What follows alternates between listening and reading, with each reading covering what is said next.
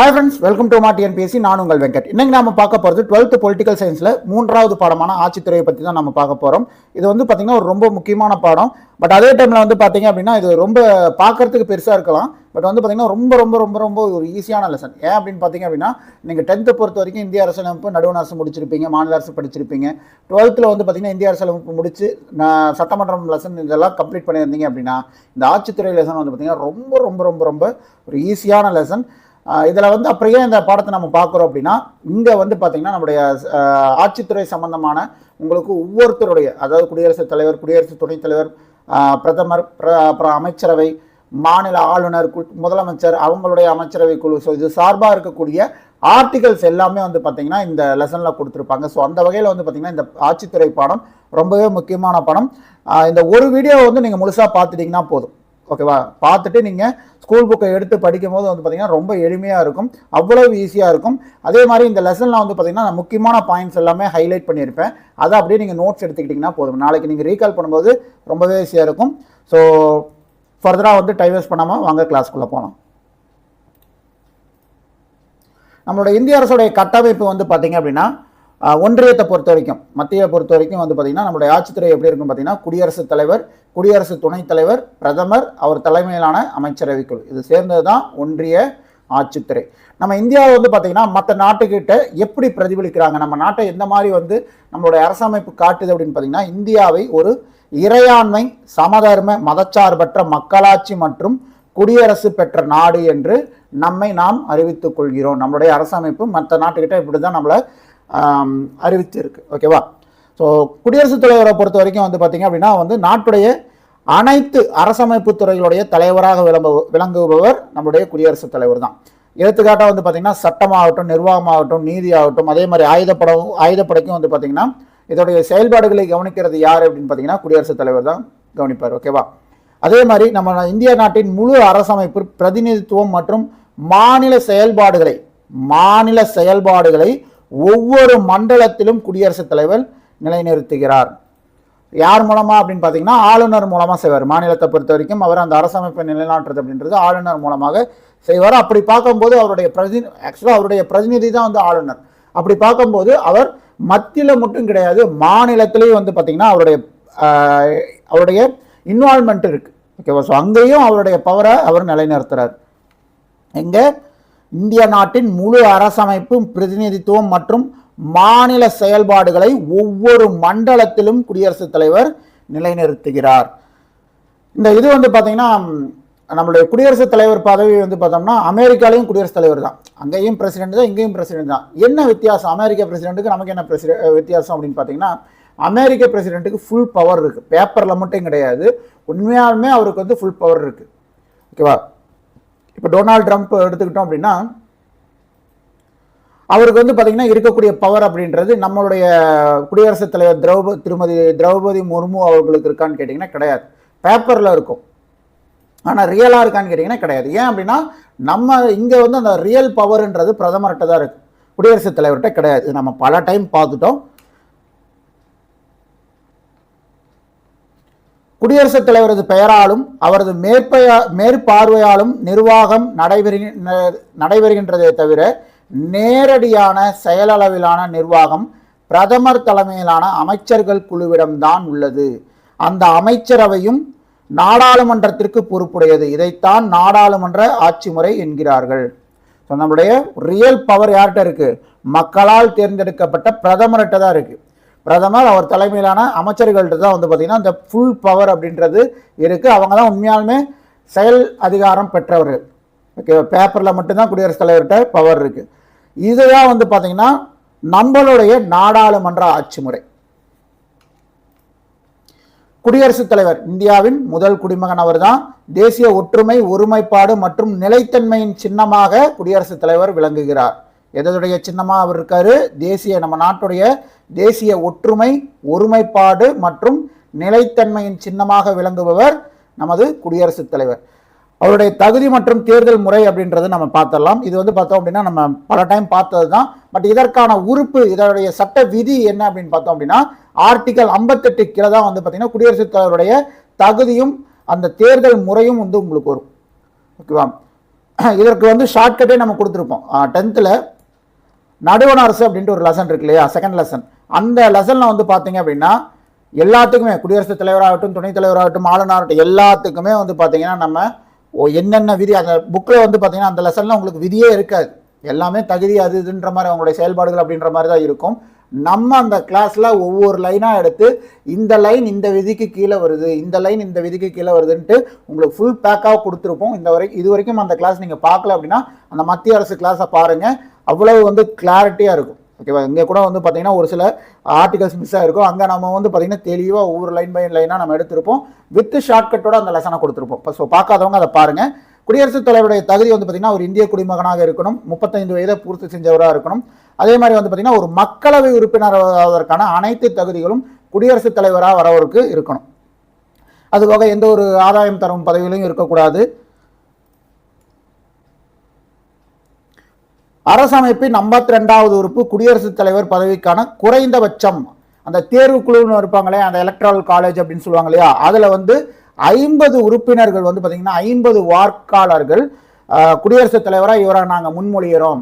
For example வந்து பார்த்தீங்கன்னா இப்போ திரௌபதி முர்மு இருக்காங்க அப்படின்னா திருமதி திரௌபதி முர்மு அவர்களை நாங்கள் குடியரசுத் தலைவராக முன்மொழிகிறோம் என்று 50 தேர்வுக்குழு வாக்காளர்கள் சொல்ல வேண்டும். அதை 50 தேர்வுக்குழு வாக்காளர்கள் வழிமொழி வேண்டும், அதை நாங்கள் ஏற்றுக்கிறோம் அப்படின்ட்டு அவங்க வழிமொழியணும்.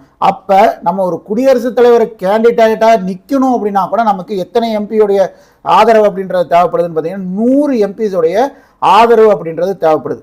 ஸோ சுதந்திர நாடு, யார் வேணாலும் எந்த ஒரு அரசியல் உரிமை இருக்குது, யார் வேணாலும் எந்த பொறுப்புக்கு வேணால் போய் நிற்கலாம், நானும் எலெக்ஷனில் நிற்கலாம் அப்படின்னாலும் இந்த குடியரசுத் தலைவராக நம்ம ஆக முடியும் அப்படின்னாலும் நம்ம போய் அதை நிற்கிறதுக்கு 100 நாடாளுமன்ற உறுப்பினர்களுடைய ஆதரவு அப்படின்றது நமக்கு தேவைப்படுது.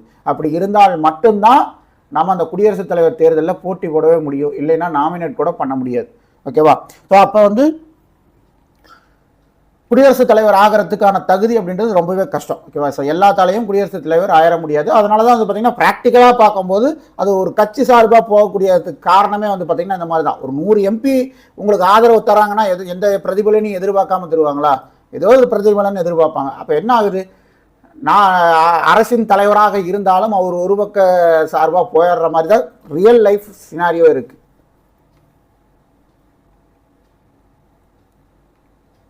ஸோ 50 உறுப்பினர்கள் முன்மொழிய வேண்டும், தேர்வுக்குழுவின் 50 உறுப்பினர்கள் வழிமொழியப்பட வேண்டும். அதுபோக வந்து பார்த்தீங்கன்னா ஒரு 15,000 ரூபா டெபாசிட் கட்டணும். இந்த தேர்தலில் நான் ஒரு குடியரசுத் தலைவர் கேண்டிடேட்டாக நிற்கிறேன் அப்படின்னா அதற்கு டெபாசிட் பணம் கட்டணும். ஆனால் அந்த டெபாசிட்டு வந்து ரிட்டர்ன் நமக்கு வாங்கணும். நான் ஈவன் தோத்துட்டேன் அப்படின்னா கூட எனக்கு அந்த டெபாசிட் பணம் கிடைக்கணும் அப்படின்னா எவ்வளோ ஓட்டு நான் வாங்கியிருக்கணும், பதிவான வாக்கில் 6ல் ஒரு பங்கு ஓட்டு நான் வாங்கியிருந்தேனா தான் இந்த 15,000 ரூபா அப்படின்றது எனக்கு ரிட்டர்ன் கிடைக்கும். இல்லை அப்படின்னா நான் கட்டின பணம் கூட எனக்கு கிடைக்காது. அதுதான் டெபாசிட் கூட வாங்கலை, ஒரு கட்சி வந்து பார்த்திங்கன்னா டெபாசிட் கூட வாங்கலைன்னு நம்ம நிறையா தேர்தலில் பார்த்துருப்போம். ஓகேங்களா, அதனால் ஏன் அப்படின்னா இந்த மாதிரி எடுத்திருக்க வேண்டிய அந்த மினிமம் பவுட்டு கூட வாங்கியிருக்க மாட்டாங்க. அதனால் அவங்க கட்டின அந்த வைப்பு தொகை கூட அவங்களுக்கு கிடைக்காது. இந்திய அரசமைப்பின் 52வது உறுப்பு வந்து என்ன சொல்லுது, இந்தியாவிற்குன்னு ஒரு குடியரசுத் தலைவர் இருக்க வேண்டும் அப்படின்னு சொல்லுது. அப்போ இந்த விதி சொல்வதன் காரணமாகவே நம்ம நாட்டிற்கு ஒரு குடியரசுத் தலைவர் இருக்கிறார். உறுப்புரிமையின் 53வது உறுப்பு இந்திய ஒன்றியத்தின் ஆட்சி அதிகாரத்தை அவருக்கு அளிப்பதுடன் அவற்றை நேரடியாகவோ மறைமுகமாகவோ செயல்படுத்த வகை செய்கிறது. எந்த ஆர்டிகல்? 53வது ஆர்டிகல். 52வது ஆர்டிகல் என்ன சொல்லுது, இந்தியாவுக்குன்னு ஒரு குடியரசுத் தலைவர் இருக்கணுமாப்பா அப்படின்ட்டு 52வது ஆர்டிகலை சொல்லிட்டாங்க. 53வது ஆர்டிகல் என்ன சொல்றாங்க, இந்திய ஒன்றியத்தின் ஆட்சி அதிகாரத்தை அவருக்கு அளிப்பதுடன் அவற்றை நேரடியாகவோ மறைமுகமாகவோ செயல்படுத்த வகை செய்கிறது. ஸோ குடியரசுத் தலைவர் யாரால் தேர்ந்தெடுக்கப்படுகிறார்? வாக்காளர் குழுவினால் தேர்ந்தெடுக்கப்படுகிறார். யார் அந்த வாக்காளர் குழுவில் இருப்பாங்கன்னு பார்த்தீங்கன்னா நாடாளுமன்றத்தில் இருக்கக்கூடிய ஈரவைகள், மக்களவை, மாநிலங்களவை, இதில் தேர்ந்தெடுக்கப்பட்ட உறுப்பினர்கள். மாநிலங்களை பொறுத்த வரைக்கும் மக்களால் தேர்ந்தெடுக்கப்பட்டவர்கள் அல்ல, அவர்கள் சட்டமன்ற உறுப்பினர்கள் தேர்ந்தெடுக்கப்பட்டவர்கள் தான். பட் இருந்தாலும் குடியரசுத் தலைவருடைய தேர்தல் அப்படிங்கும்போது மாநிலங்களவை உறுப்பினர்களும் மக்களவை உறுப்பினர்களும் இணைந்து தான் வந்து பார்த்தீங்கன்னா குடியரசுத் தலைவரை தேர்ந்தெடுப்பாங்க. அப்போ நாடாளுமன்றத்தின் ஈரவைகளிலும் தேர்ந்தெடுக்கப்பட்ட உறுப்பினர்கள். ரெண்டாவது வந்து பார்த்தீங்க அப்படின்னா மாநில சட்டசபைகளின் தேர்ந்தெடுக்கப்பட்ட உறுப்பினர்கள், எம்எல்ஏ. ஓகேங்களா. நம்மளுடைய தமிழ்நாட்டில் இருக்கக்கூடிய இந்த 234 தொகுதிகளிலிருந்து தேர்ந்தெடுக்கப்பட்ட எம்எல்ஏ, இதே மாதிரி நாடு முழுக்க இருக்கக்கூடிய 28 மாநிலங்களில் இருக்கக்கூடிய எம்எல்ஏஸும் வந்து பார்த்தீங்கன்னா இந்த குடியரசுத் தலைவருடைய தேர்தலில் கலந்துப்பாங்க. ஓகேங்களா. நாட் ஒன்லி எம்பி, எம்எல்ஏஸும் கலந்துப்பாங்க. இது போக வந்து பார்த்தீங்கன்னா யூனியன் பிரதேசமான டெல்லி மற்றும் பாண்டிச்சேரி யூனியன் பிரதேச சட்டமன்ற உறுப்பினர்களும் வந்து பார்த்தீங்கன்னா குடியரசுத் தலைவரை தேர்ந்தெடுக்கக்கூடிய அந்த ப்ராசஸில் இறங்குறாங்க. ஓகேங்களா. ஸோ இவங்கெல்லாம் சேர்ந்தது தான் வந்து பார்த்தீங்கன்னா இந்த வாக்காளர் குழு, எலக்ட்ரல் காலேஜ்னு சொல்லப்படக்கூடிய குழு. இவங்கெல்லாம் தான் இவங்க நிற்கிறதுக்கே 50 பேர் முன்மொழியணும், 50 பேர் வழிமொழியணும். அப்படி இருந்தால் மட்டும்தான் குடியரசுத் தலைவரை நம்மளால் நாமினேட்டே பண்ண முடியும். ஸோ இவங்களுடைய தேர்தல் எப்படி நடைபெறுது? குடியரசுத் தலைவருடைய தேர்தல் அப்படின்றது மக்களால் தேர்ந்தெடுக்கப்படுறாரா? கிடையாது. ஸோ மக்களால் தேர்ந்தெடுக்கப்பட்ட உறுப்பினர்கள் மூலம் வந்து பார்த்தீங்கன்னா ஒற்றை மாற்று வாக்கெடுப்பு மூலம் வந்து தேர்ந்தெடுக்கப்படுறவர். ஓகேங்களா. ரகசிய வாக்கெடுப்பின் மூலம் விகிதாச்சார பிரதிநிதித்துவ முறையில் நடைபெறக்கூடிய அந்த தேர்தல் மூலம் தான் வந்து பார்த்தீங்கன்னா குடியரசுத் தலைவர் தேர்ந்தெடுக்கப்படுறார். ஸோ அவர் மக்களால் தேர்ந்தெடுக்கப்படலை அப்படின்றதுனால தான் வந்து பார்த்தீங்கன்னா அவருக்கு அந்த என்ன சொல்றது, அந்த உண்மையான தலைவர், மக்களின் தலைவர் அப்படின்னா யாரை சொல்லுவோம்? பிரதமரை தான் சொல்லுவோம், குடியரசுத் தலைவரை சொல்ல மாட்டோம். ஏன் அப்படின்னா அவர் மக்களால் தேர்ந்தெடுக்கப்பட்டவர். குடியரசுத் தலைவர் மக்களால் தேர்ந்தெடுக்கப்பட்டவர் அல்ல. நம்மளுடைய அரசமைப்பு இப்படி ஒரு அதிகாரத்தை அவங்களுக்கு கொடுத்துருக்கு, அவ்வளவுதான். பெயரளவில் தலைவராக இருக்காரு. இந்த வாக்கு வந்து எப்படி வந்து வின் பண்றதை கவுண்ட் பண்ணுவாங்க? ஒன்றும் இல்லை. இப்போ நம்ம ஒரு தொகுதிக்கு, ஒரு சட்டமன்ற தொகுதிக்கு ஓட்டு போடுறோம். இந்த தொகுதிக்கு 5 லட்சம் ஓட்டு இருக்கு. இந்த 5 லட்சம் ஓட்டில் வந்து எவ்வளோ ஓட்டு யார் ஜாஸ்தியாக எடுத்திருக்காங்களோ, யார் மெஜாரிட்டி ஓட்டை வாங்கியிருக்காங்களோ அவங்க அந்த தொகுதியில் வெற்றி பெற்றதாக அறிவிப்பாங்க. இது வந்து பார்த்தீங்கன்னா இயல்பாக இப்போ நடக்கக்கூடிய தேர்தலில் இருக்கக்கூடிய விஷயம். அப்போ குடியரசுத் தலைவருடைய தேர்தல் வந்து எப்படி நடக்கும், அந்த கால்குலேஷன் எப்படி இருக்கும்? ஏன் அப்படின்னு பார்த்தீங்க அப்படின்னா அவங்க வந்து என்ன விகிதாச்சார பிரதிநிதித்துவத்தின் படி அப்படின்றாங்க. இந்த விகிதாச்சாரம் பிரதிநிதித்துவம்னா என்ன, 10 லட்சம் மக்களுக்கு அப்படின்ற அந்த பேஸில் வரும். அப்போ அந்த கால்குலேஷன் எப்படி இருக்கும்னு பார்த்தீங்கன்னா தேர்தலில் வாக்களிக்கப்பட்ட மொத்த வாக்குகளுடைய எண்ணிக்கை, தேர்தலில் வாக்களிக்கப்பட்ட மொத்த வாக்குகளுடைய எண்ணிக்கை டிவைடட் பை தேர்வு செய்யப்பட வேண்டிய வேட்பாளர்களுடைய எண்ணிக்கை. இப்போ 2 பேர் தான் நிற்கிறாங்க குடியரசுத் தலைவர் கேண்டிடேட்டாக வந்து, either this person or that person அப்படின்ற மாதிரி இருந்துச்சு அப்படின்னா 2 பேர் இல்லை 5 பேர் நிற்கிறாங்கன்னா 5, ஓகேவா, ப்ளஸ் 1. இந்த ஃபார்முலா தான் வந்து பார்த்தீங்கன்னா யார் குடியரசுத் தலைவர் தேர்தலில் வெற்றி பெற்றாங்கன்னு அறிவிக்கக்கூடிய ஒரு ஃபார்முலா தான். இவங்களை தேர்ந்தெடுக்கக்கூடிய அந்த எம்எல்ஏஸ் ஆகட்டும், எம்பிஸ் ஆகட்டும், அந்த இது நம்ம பார்த்தோம் இல்லையா, ஒற்றை மாற்று வாக்குமுறை, அது எப்படி தேர்ந்தெடுப்பாங்கன்னு பார்த்தீங்கன்னா வாக்காளர்கள் வேட்பாளர்களை தமது விருப்பத்திற்கேற்ப, இப்போ வந்து 4 பேர் நிற்கிறாங்க, ஒரு குடியரசுத் தலைவர் கேண்டிடேட்டா 4 பேர் நிற்கிறாங்கன்னா 4 பேர்த்துக்கு நான் வந்து ரேங்க் கொடுக்கணும்.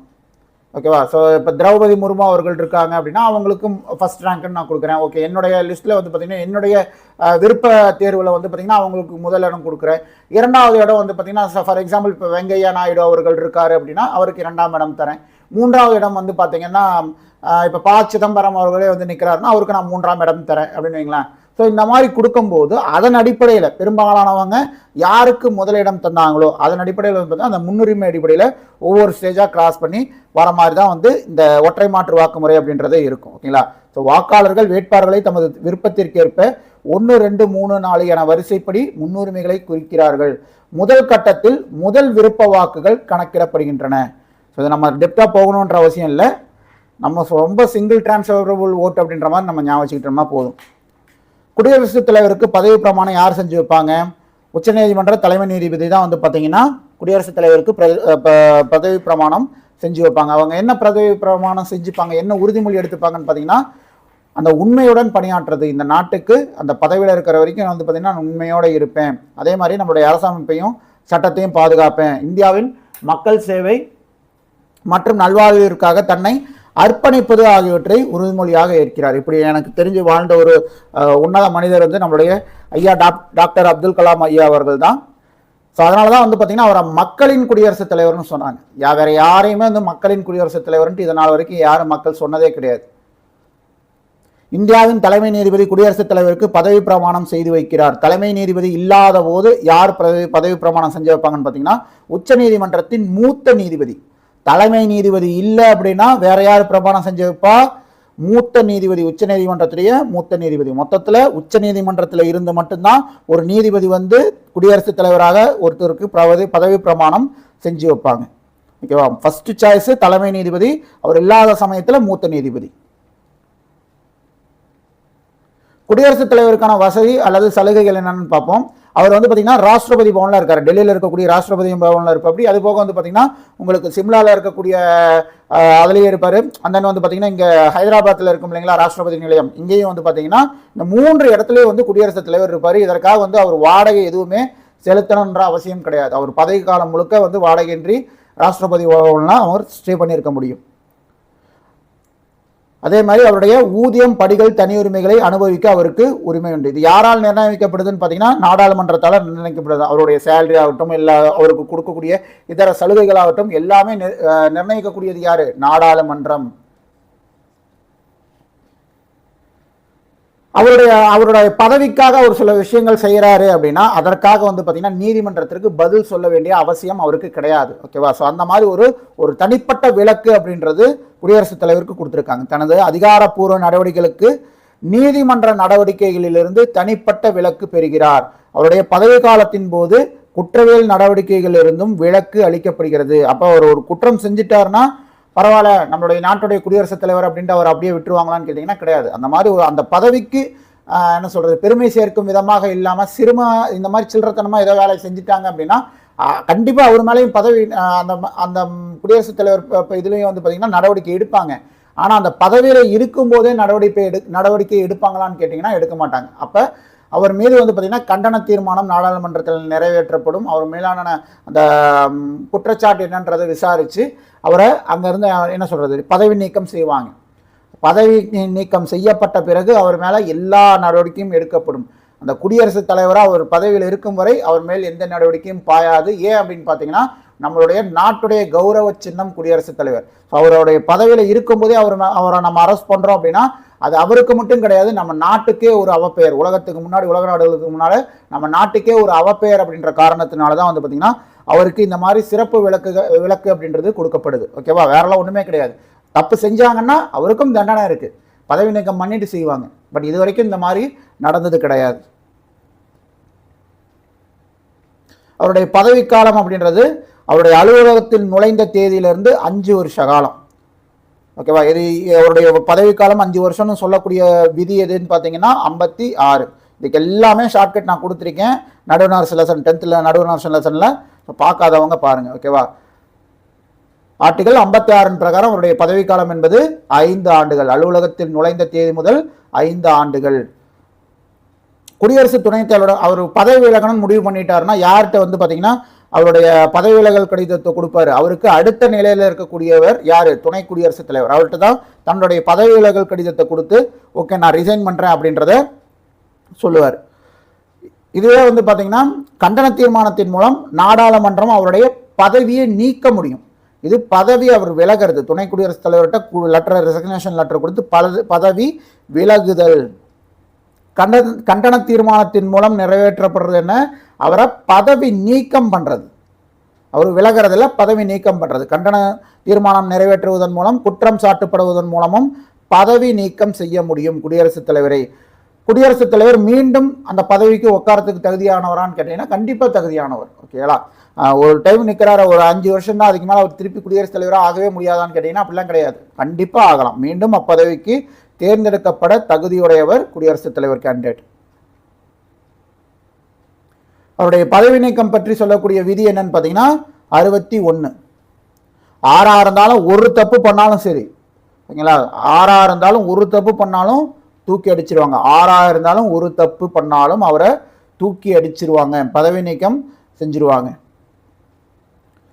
குடியரசுத் தலைவர் பதவி நீக்கம் நாடாளுமன்றத்தின் எந்த ஒரு அவையிலும் அதன் மொத்த உறுப்பினர்களில் 4ல் ஒரு பகுதியினர். இப்போ 100 பேர் இருக்காங்க அப்படின்னா 25 பேர் வந்து பார்த்தீங்கன்னா உங்களுக்கு அவரை பதவி நீக்கம் பண்ணலாம் அப்படின்ற அந்த தீர்மானத்தில் கையெழுத்து போட்டாங்க அப்படின்னா வேலை முடிஞ்சு. அது அடுத்தடுத்த ஸ்டேஜுக்கு போக ஆரம்பிச்சிடும். ஓகேவா?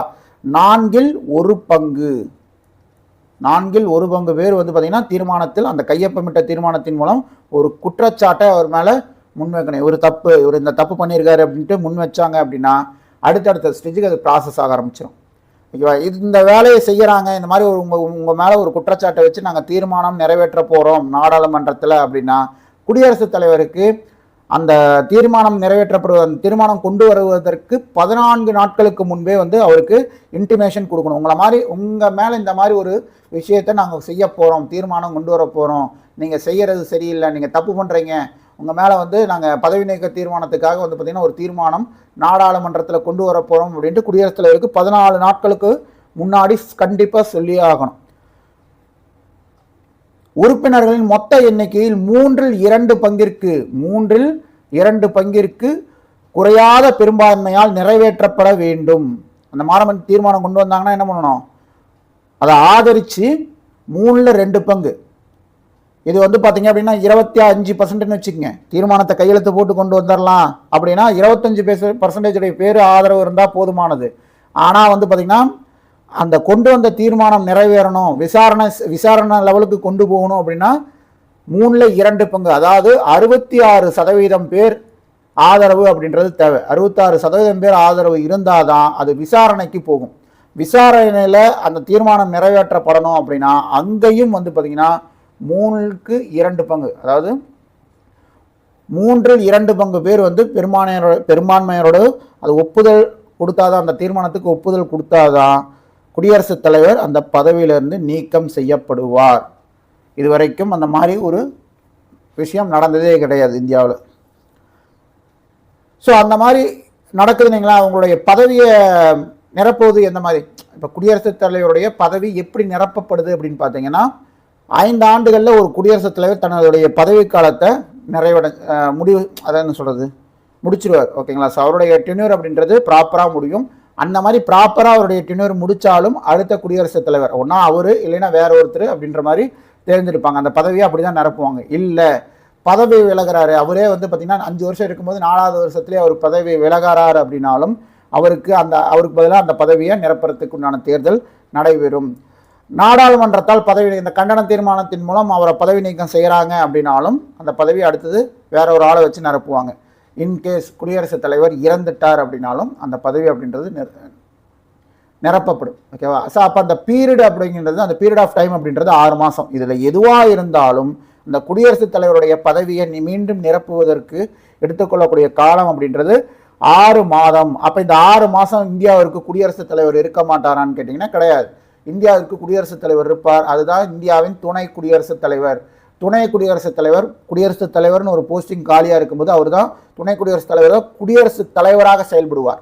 அது வரைக்கும் அவர் துணை குடியரசுத் தலைவர் தான். குடியரசுத் தலைவர் போஸ்டிங் காலியாச்சு அப்படின்னா அந்த திருப்பி அதை வந்து ஃபில் பண்ணுற வரைக்கும் துணை குடியரசுத் தலைவராக மாறிவிடுவார். அப்போ குடியரசுத் தலைவராக அவர் ஆகும்போது குடியரசுத் தலைவர் என்னென்ன ஊதியம், அவருக்கு என்னென்ன சலுகை கிடைச்சதோ அத்தனை சலுகையும் துணை குடியரசுத் தலைவராக இருந்து குடியரசுத் ஆனவருக்கும் கிடைக்கும். இன்கேஸ் வந்து அதே மாதிரி அவருடைய இது வந்து பார்த்தீங்கன்னா தகுதி இழந்தாருன்னா, ஏதோ ஃபோர்ஜரி பண்ணி தேர்தலில் ஜெயிச்சாரு அப்படின்ற மாதிரி கண்டுபிடிச்சாங்க அப்படின்னா அப்போ அவருடைய பதவி அப்படின்றத இலக்க நேரிடும். அப்போயும் வந்து பார்த்தீங்கன்னா இதே ஃபில்லிங் ஃபார்மேஷன் தான். 6 மாதங்களுக்குள் புதிய குடியரசுத் தலைவரை தேர்ந்தெடுக்க தேர்தல் நடத்தப்பட வேண்டும். அது வரைக்கும் குடியரசுத் துணைத் தலைவர் குடியரசுத் தலைவருடைய பணிகளை மேற்கொள்வார். குடியரசுத் தலைவரின் பணிகளும் அதிகாரமும், அவருக்கு என்னென்ன பணிகள் இருக்குது, என்னென்ன அதிகாரங்கள் இருக்குன்னு பார்ப்போம்.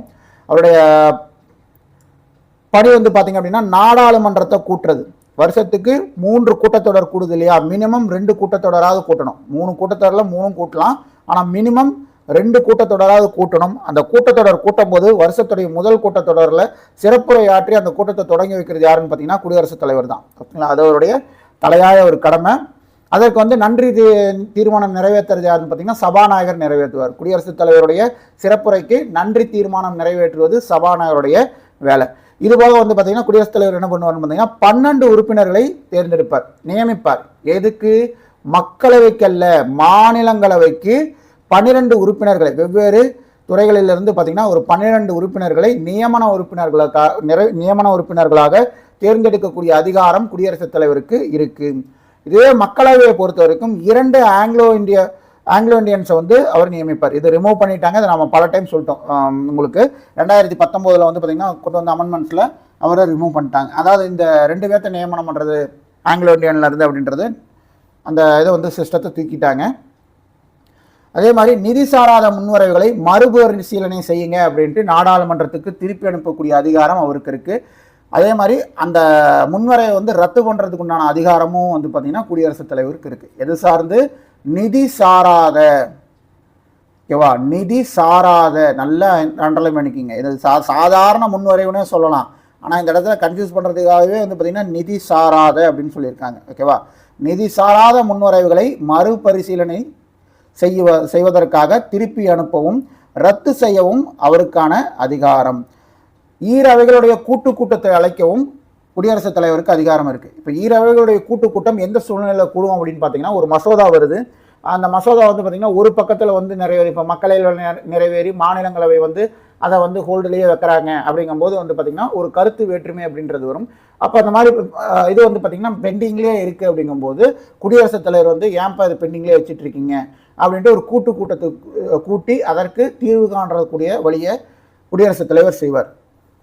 ஆனால் அந்த கூட்டத்தை கூட்டுறது தான் குடியரசுத் தலைவர் வேலை. கூட்டத்துக்கு தலைமை தாங்குவது சபாநாயகர், மக்களவை சபாநாயகர். அவசர சட்டத்தை அறிவிக்கிறதுக்கும் வந்து பார்த்தீங்கன்னா குடியரசுத் தலைவருக்கு பவர் இருக்குது.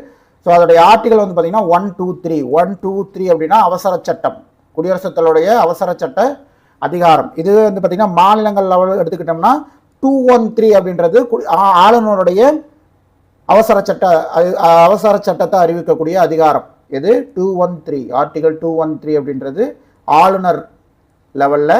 இதுவே 123 அப்படின்னா குடியரசுத் தலைவருக்கு. ஓகேவா? 123 இது அப்படியே அந்த 2 முன்னாடி கொண்டு போய் 1 பின்னாடி கொண்டு வந்தோம்னா அது ஆளுநர். 123னா குடியரசுத் தலைவர். மாநில சட்டத்தை ரத்து செய்யவும் அவருக்கு அதிகாரம் இருக்குது. ஓகேங்களா? மாநில அரசு ஒரு சட்டத்தை கொண்டு வருது.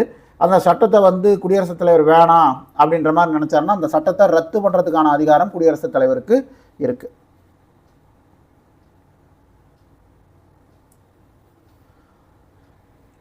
இப்போ ஃபார் எக்ஸாம்பிள் பார்த்தீங்கன்னா பிஜேபி தலைமையிலான அரசு வந்து பார்த்தீங்கன்னா இப்போ சென்ட்ரல் கவர்மெண்ட்டில் இருக்குது. இப்போ அவங்களுடைய ஆதரவு இழக்கிறாங்க. இப்போ வந்து பார்த்தீங்கன்னா உங்களுக்கு கூட்டணி ஆட்சியாக தான் அது இருக்குது.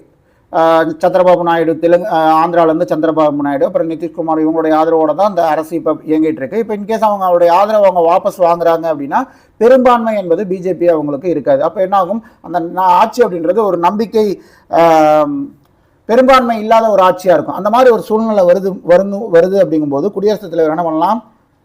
அந்த அமைச்சரவை கலைச்சரலாம். அந்த அதிகாரம் குடியரசுத் தலைவருக்கு இருக்கு. இதுபோக வந்து பார்த்தீங்கன்னா நீதித்துறை, ஆயுதப்படைகள், தூதரக குழுக்களுக்கு வந்து உறுப்பினர்களை நியமனம் செய்கிறதும் குடியரசுத் தலைவர் தான். எந்தெந்த துறைக்கு? நீதித்துறை, ஆயுதப்படை. ஏன்னா இராணுவப்படையோட தளபதியே வந்து பார்த்தீங்கன்னா யாரு? முப்படைகளின் தளபதி யாரு? குடியரசுத் தலைவர் தான். வெளிநாட்டு தூதரக குழுக்களுக்கும் உறுப்பினர்களை நியமிக்கிறது யாரு? குடியரசுத் தலைவர் தான்.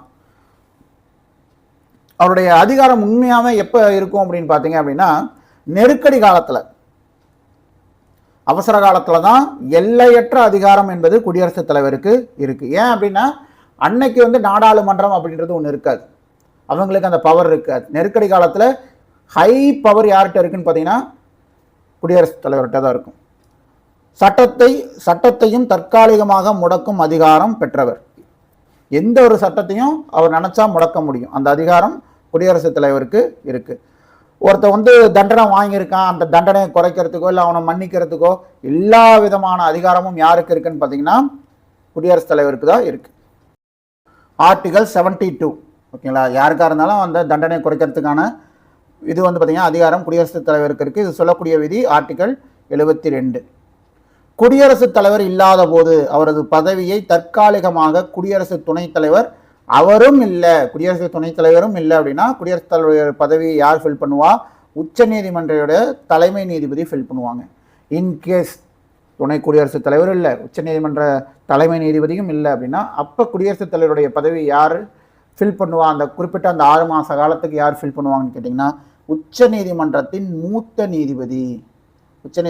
மூத்த நீதிபதி அந்த பதவியை வகிப்பார். குடியரசுத் தலைவரான சலுகைகள், ஊதியம் போன்ற அனைத்து சலுகைகளையும் உரிமைகளையும் குடியரசுத் தலைவரை போலவே அனுபவிப்பதற்கு அதிகாரமும் உரிமையும் படைத்தவராக இருப்பர். எப்ப குடியரசுத் தலைவர் இல்லாமல் அவருக்கு பதிலாக துணை குடியரசுத் தலைவர் அந்த போஸ்டில் போய் உட்கார்ந்தாருன்னா அவர் குடியரசுத் தலைவருக்கு உண்டான எல்லா இதையும் வந்து உரிமையையும் சலுகையும் அனுபவிப்பார். இன்கேஸ் அந்த போஸ்டிங்கில் உச்ச நீதிமன்ற தலைமை நீதிபதி போய் உட்கார்ந்தாருன்னா அவருக்கு அந்த விஷயம் எல்லாமே கிடைக்கும். அவரும் இல்லை, மூத்த நீதிபதி போய் உட்கார்றாரு, உச்ச நீதிமன்ற மூத்த நீதிபதி போய் உட்கார்றாருன்னா குடியரசுத் தலைவருக்கு என்னென்ன விஷயங்கள் கிடைச்சதோ அத்தனையும் அவருக்கு கிடைக்கும். அப்போ அந்த இடத்துல போய் உக்காந்தாங்கனாவே அவங்க வந்து அது யாராக இருந்தாலும் குடியரசுத் தலைவராக மாறி விடுவார்கள் அந்த 6 மாத காலத்திற்கு. நெருக்கடி கால அதிகாரங்கள், குடியரசுத் தலைவருடைய நெருக்கடி கால அதிகாரங்கள் எதில் வருதுன்னு பார்த்தீங்கன்னா 18வது பாகத்தில். ஓகேங்களா, 18வது இந்திய அரசமைப்பின் 18வது பாகத்தில் இந்திய குடியரசுத் தலைவருடைய நெருக்கடி கால அதிகாரங்கள் குறிப்பிடப்பட்டிருக்கிறது.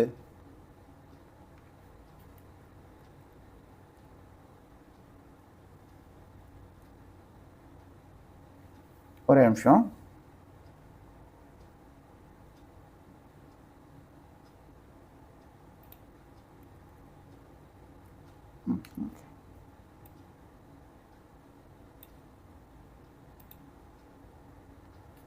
குடியரசுத் தலைவருடைய ஆட்சித்துறை அதிகாரம் என்ன, சட்டத்துறை அதிகாரம் என்ன, நிதித்துறை அதிகாரம் என்ன, நீதித்துறை அதிகாரம் என்ன, நெருக்கடி கால அதிகாரங்கள் என்ன, மற்ற என்னென்ன அதிகாரங்கள் இருக்குது அப்படின்றத நம்ம பார்த்துலாம்.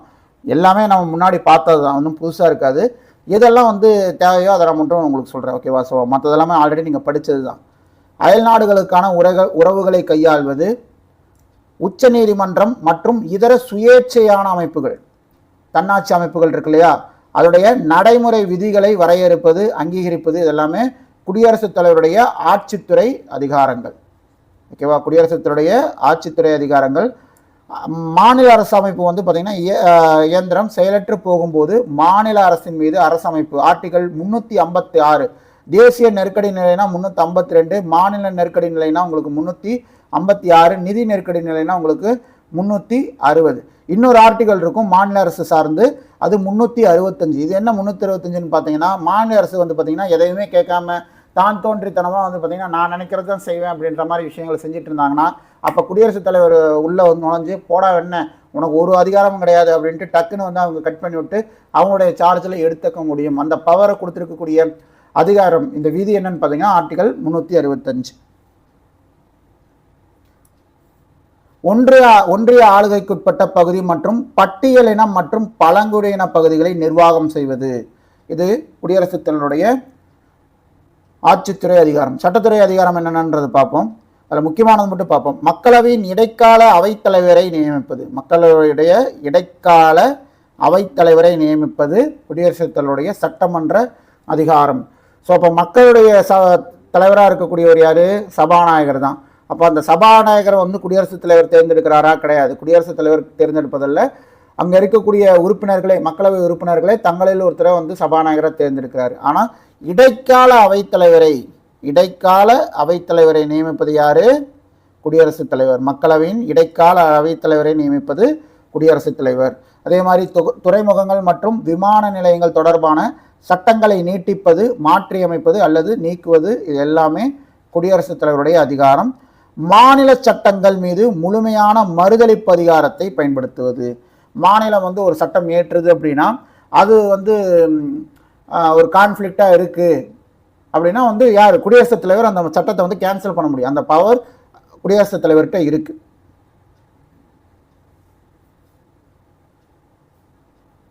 நிதித்துறை அதிகாரம். இந்தியாவின் ஒதுக்கீடு செய்யப்படாத நிதியத்தின் மீது கட்டுப்பாட்டினை வைத்திருத்தல். இந்தந்த துறை அப்படின்ற மாதிரி ஒதுக்கீடு செஞ்சுருப்பாங்க இல்லையா, அந்த மாதிரி எதுவுமே ஒதுக்கீடு பண்ணாத ஒரு விஷயம் இருந்துச்சுன்னா அதன் மேலே கட்டுப்பாடு யார் வச்சுருக்காங்க அப்படின்னு பார்த்தீங்கன்னா குடியரசுத் தலைவர் அந்த அதிகாரத்தை வச்சுருக்காரு. ஃபார் எக்ஸாம்பிள் பார்த்தோம் அப்படின்னா மத்திய அரசு, மாநில அரசு அந்த என்ன சொல்கிறது அதிகார பகிர்வு இருக்கு இல்லையா 7ஆம் அட்டவணையில், அதில் நம்ம பார்த்துருப்போம் மத்திய பட்டியல், மாநில பட்டியல், பொதுப்பட்டியல் அப்படின்ட்டு. இந்த 3 பட்டியலிலும் சேராத ஒரு சில விஷயங்கள் இருக்கும் இல்லையா, துறைகள் இருக்கும் இல்லையா, அதன் மேலே யார் அதிகாரம் செலுத்துவாங்கன்னு பார்த்தீங்கன்னா மத்திய அரசு தான் செலுத்துவாங்க. அதன் மேலே மாநில அரசு அதிகாரம் செலுத்த முடியாது, சட்டங்கள் இயற்ற முடியாது. அதே மாதிரி தான் இங்கே நிதித்துறையில் ஒதுக்கீடு, ஒவ்வொரு துறைக்கும் அந்த நிதி சார்ந்த துறைகளை ஒதுக்கீடு பண்ணியிருப்பாங்க. அப்படி ஒதுக்கப்படாத ஏதாவது விஷயத்தின் மேலே நிதியம் இருக்குது அப்படின்னா அதன் மேலே கட்டுப்பாடு செலுத்தக்கூடிய அந்த அதிகாரம் குடியரசுத் தலைவருக்கு இருக்குது. நிதிக்குழுவை நியமனம் செய்தல். ஏற்றுமதி செய்யப்படும், அதாவது அசாம், பீகார், ஒடிசா, மேற்கு வங்காளம் ஆகிய மாநிலங்களிலிருந்து ஏற்றுமதி செய்யப்படும் சணற் பொருட்களுக்கான ஏற்றுமதி வரிகளுக்கு மாற்றாக தர வேண்டிய மானியங்களை முடிவு செய்கிறது. அவங்க ஏற்றுமதி செய்கிறாங்க இல்லையா அந்த சணல் பொருட்கள், அதற்கு அந்த அந்த வரிகளுக்கு மாற்றாக அவங்களுக்கு கொடுக்க வேண்டிய மானியத்தை முடிவு செய்கிறது யாருன்னு பார்த்தீங்கன்னா குடியரசுத் தலைவர் தான். அதே மாதிரி வருமான வரி வருது இல்லையா, இப்போ சேல்ஸ் டாக்ஸ், ஜிஎஸ்டி இருக்குது. ஜிஎஸ்டி பார்த்தீங்க அப்படின்னா ஒவ்வொரு மாநிலமும் அதற்கான ஃபார் எக்ஸாம்பிள் இப்போ 100 ரூபா பொருள் 5% டேக்ஸு, ஜிஎஸ்டி 5% டேக்ஸ்னால் அப்போ 5 ரூபா கிடைக்கும். அந்த 5 ரூபா அப்படின்றது அந்த வரியை வாங்கும் போதே மாநில அரசுக்கு 2000 ரூபா, மத்திய அரசுக்கு 2000 ரூபா அப்படின்னு போகுமானு கிடையாது. மொத்தமும் வந்து பார்த்திங்கன்னா மத்திய அரசுக்கிட்ட தான் போகும். அவங்க தான் அந்த வரியை பிரித்து மத்திய மாநில அரசுக்கு பிரிச்சுப்பாங்க. ஓகேவா? அப்படி வருமான வரியிலிருந்து மாநிலங்களுக்கான பங்கினை முடிவு செய்வது யார்? குடியரசுத் தலைவருடைய நிதித்துறை அதிகாரம். இது நீதித்துறை அதிகாரம். எந்த ஒரு சட்டம் அல்லது பொருள் குறித்து உச்ச நீதிமன்றத்தில் ஆலோசனையை நாடுவது. அவருக்கு ஏதாவது சந்தேகம் இருக்குது அப்படின்னா அவர் தாராளமாக உச்ச நீதிமன்றத்துடைய ஆலோசனையை பெறலாம். இதுவும் வந்து பார்த்திங்கன்னா சட்ட விதியின் கீழ் தான். ஓகேவா? அரசமைப்பு விதி அதுக்கு வழிவகை செஞ்சுருக்கு. நெருக்கடி கால அதிகாரங்கள் நம்ம பார்த்தோம். தேசிய நெருக்கடி, அதுக்கப்புறம் வந்து பார்த்திங்கன்னா உங்களுக்கு மாநில அளவில் அந்த இதை அமல்படுத்துறது, அதுக்கப்புறம் நிதி நெருக்கடி. இந்த மாநில அரசு சபை வந்து பார்த்திங்கன்னா குடியரசுத் தலைவர் ஆட்சி தான். பட் அவர் சார்பாக அவருடைய பிரதிநிதியான ஆளுநர் இங்கே குடியரசுத் தலைவர் ஆட்சியை நடத்துவார். ஆர்டிகல் 356. இது வந்து ஆர்டிகல் 365 வந்து பார்த்திங்கன்னா உங்களுக்கு நெருக்கடி கால அதிகாரம் தான்.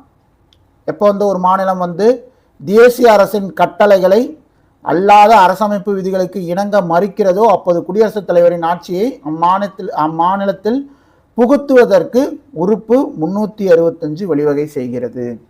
ஸோ வந்து ஒரு ஸ்டேட்டு சென்ட்ரல் கவர்மெண்ட் சொல்லதை நான் கேட்கவே மாட்டேன், அரசமைப்பு விதிகளுக்கு நான் கட்டுப்பட மாட்டேன், நானே ராஜா நானே மந்திரி அப்படின்ற மாதிரி ஒரு ஸ்டேட் இருந்துச்சு அப்படின்னா அப்போ டக்குன்னு அந்த மாநிலத்தில் புகுந்து அந்த ஸ்டேட் கவர்மெண்ட்டை கேன்சல் பண்ணி சார்ஜ் எடுத்துக்கிறதுக்கு உண்டான அதிகாரம் குடியரசுத் தலைவருக்கு இருக்குது. அதற்கான வழிவகையை செஞ்சுருக்கக்கூடிய ஆர்டிகல் 365. 356 எப்போ இம்ப்ளிமெண்ட் பண்ணுவோம்? ஒரு மாநிலத்தில் அரசமைப்பு நிர்வாகம் செயலிலிருந்து போகும்போது அரசமைப்பு 356 வருது. நிதி நெருக்கடி. நம்ம நாடு வந்து பார்த்திங்கன்னா நிதி நிலையற்ற ஸ்ட்ராங்காக இல்லை, ஃபினான்ஷியலாக ஸ்ட்ராங்காக இல்லை அப்படிங்கும்போது ஆர்டிகல் 360 உள்ள வரும். அப்படி உள்ளே வந்துச்சு அப்படின்னா அனைத்து அரசு ஊழியர்களுக்கும் வந்து பார்த்திங்கன்னா சம்பளம் அப்படின்றது கம்மி பண்ணுவாங்க. அது யாராக இருந்தாலும் சரி எல்லாத்துக்குமே கம்மியாகும். அந்த மாதிரி ஒரு நிலை இது நாள் வரைக்கும் இந்தியாவில் வந்ததில்லை. மற்ற அதிகாரங்கள் என்னென்ன இருக்குன்னு பார்த்தீங்கன்னா பொதுமக்களுக்கு முக்கியத்துவம் வாய்ந்த எந்த ஒரு விவகாரத்தை பற்றியும் சட்டம் அல்லது உண்மைகளை பற்றி உச்சநீதிமன்றத்தின் கருத்தினை கோருதல். பொதுமக்களுக்கு அந்த மக்கள் சார்ந்த ஏதோ ஒரு அடிப்படை உரிமைகள் சார்ந்த ஏதோ ஒரு விஷயம் வருது அப்படின்னா அப்போ தாராளமாக வந்து உச்சநீதிமன்றத்துடைய கருத்தை கேட்கலாம். இது வந்து குடியரசுத் தலைவருடைய அதிகாரங்களில் ஒன்று தான். உயர் நீதிமன்ற நீதிபதிகளுடைய எண்ணிக்கையை முடிவு செய்கிறது குடியரசுத் தலைவர். எதற்கு?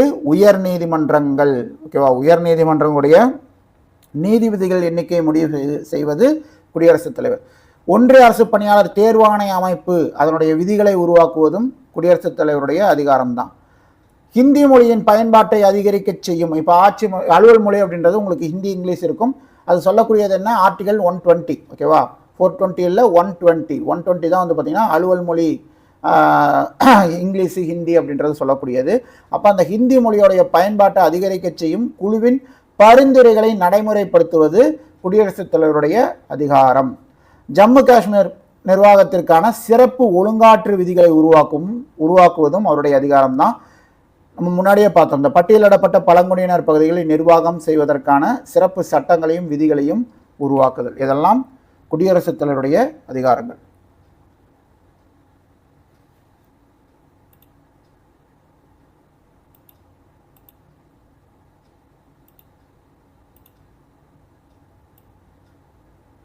ஓகே, ஸோ அடுத்த அதிகாரம் பார்க்கலாம்.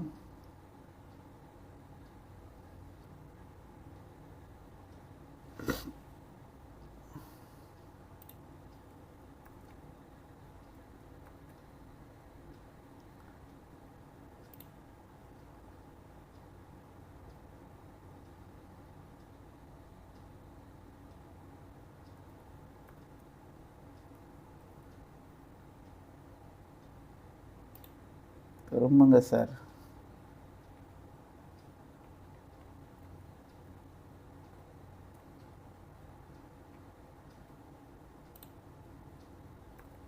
ஓகே,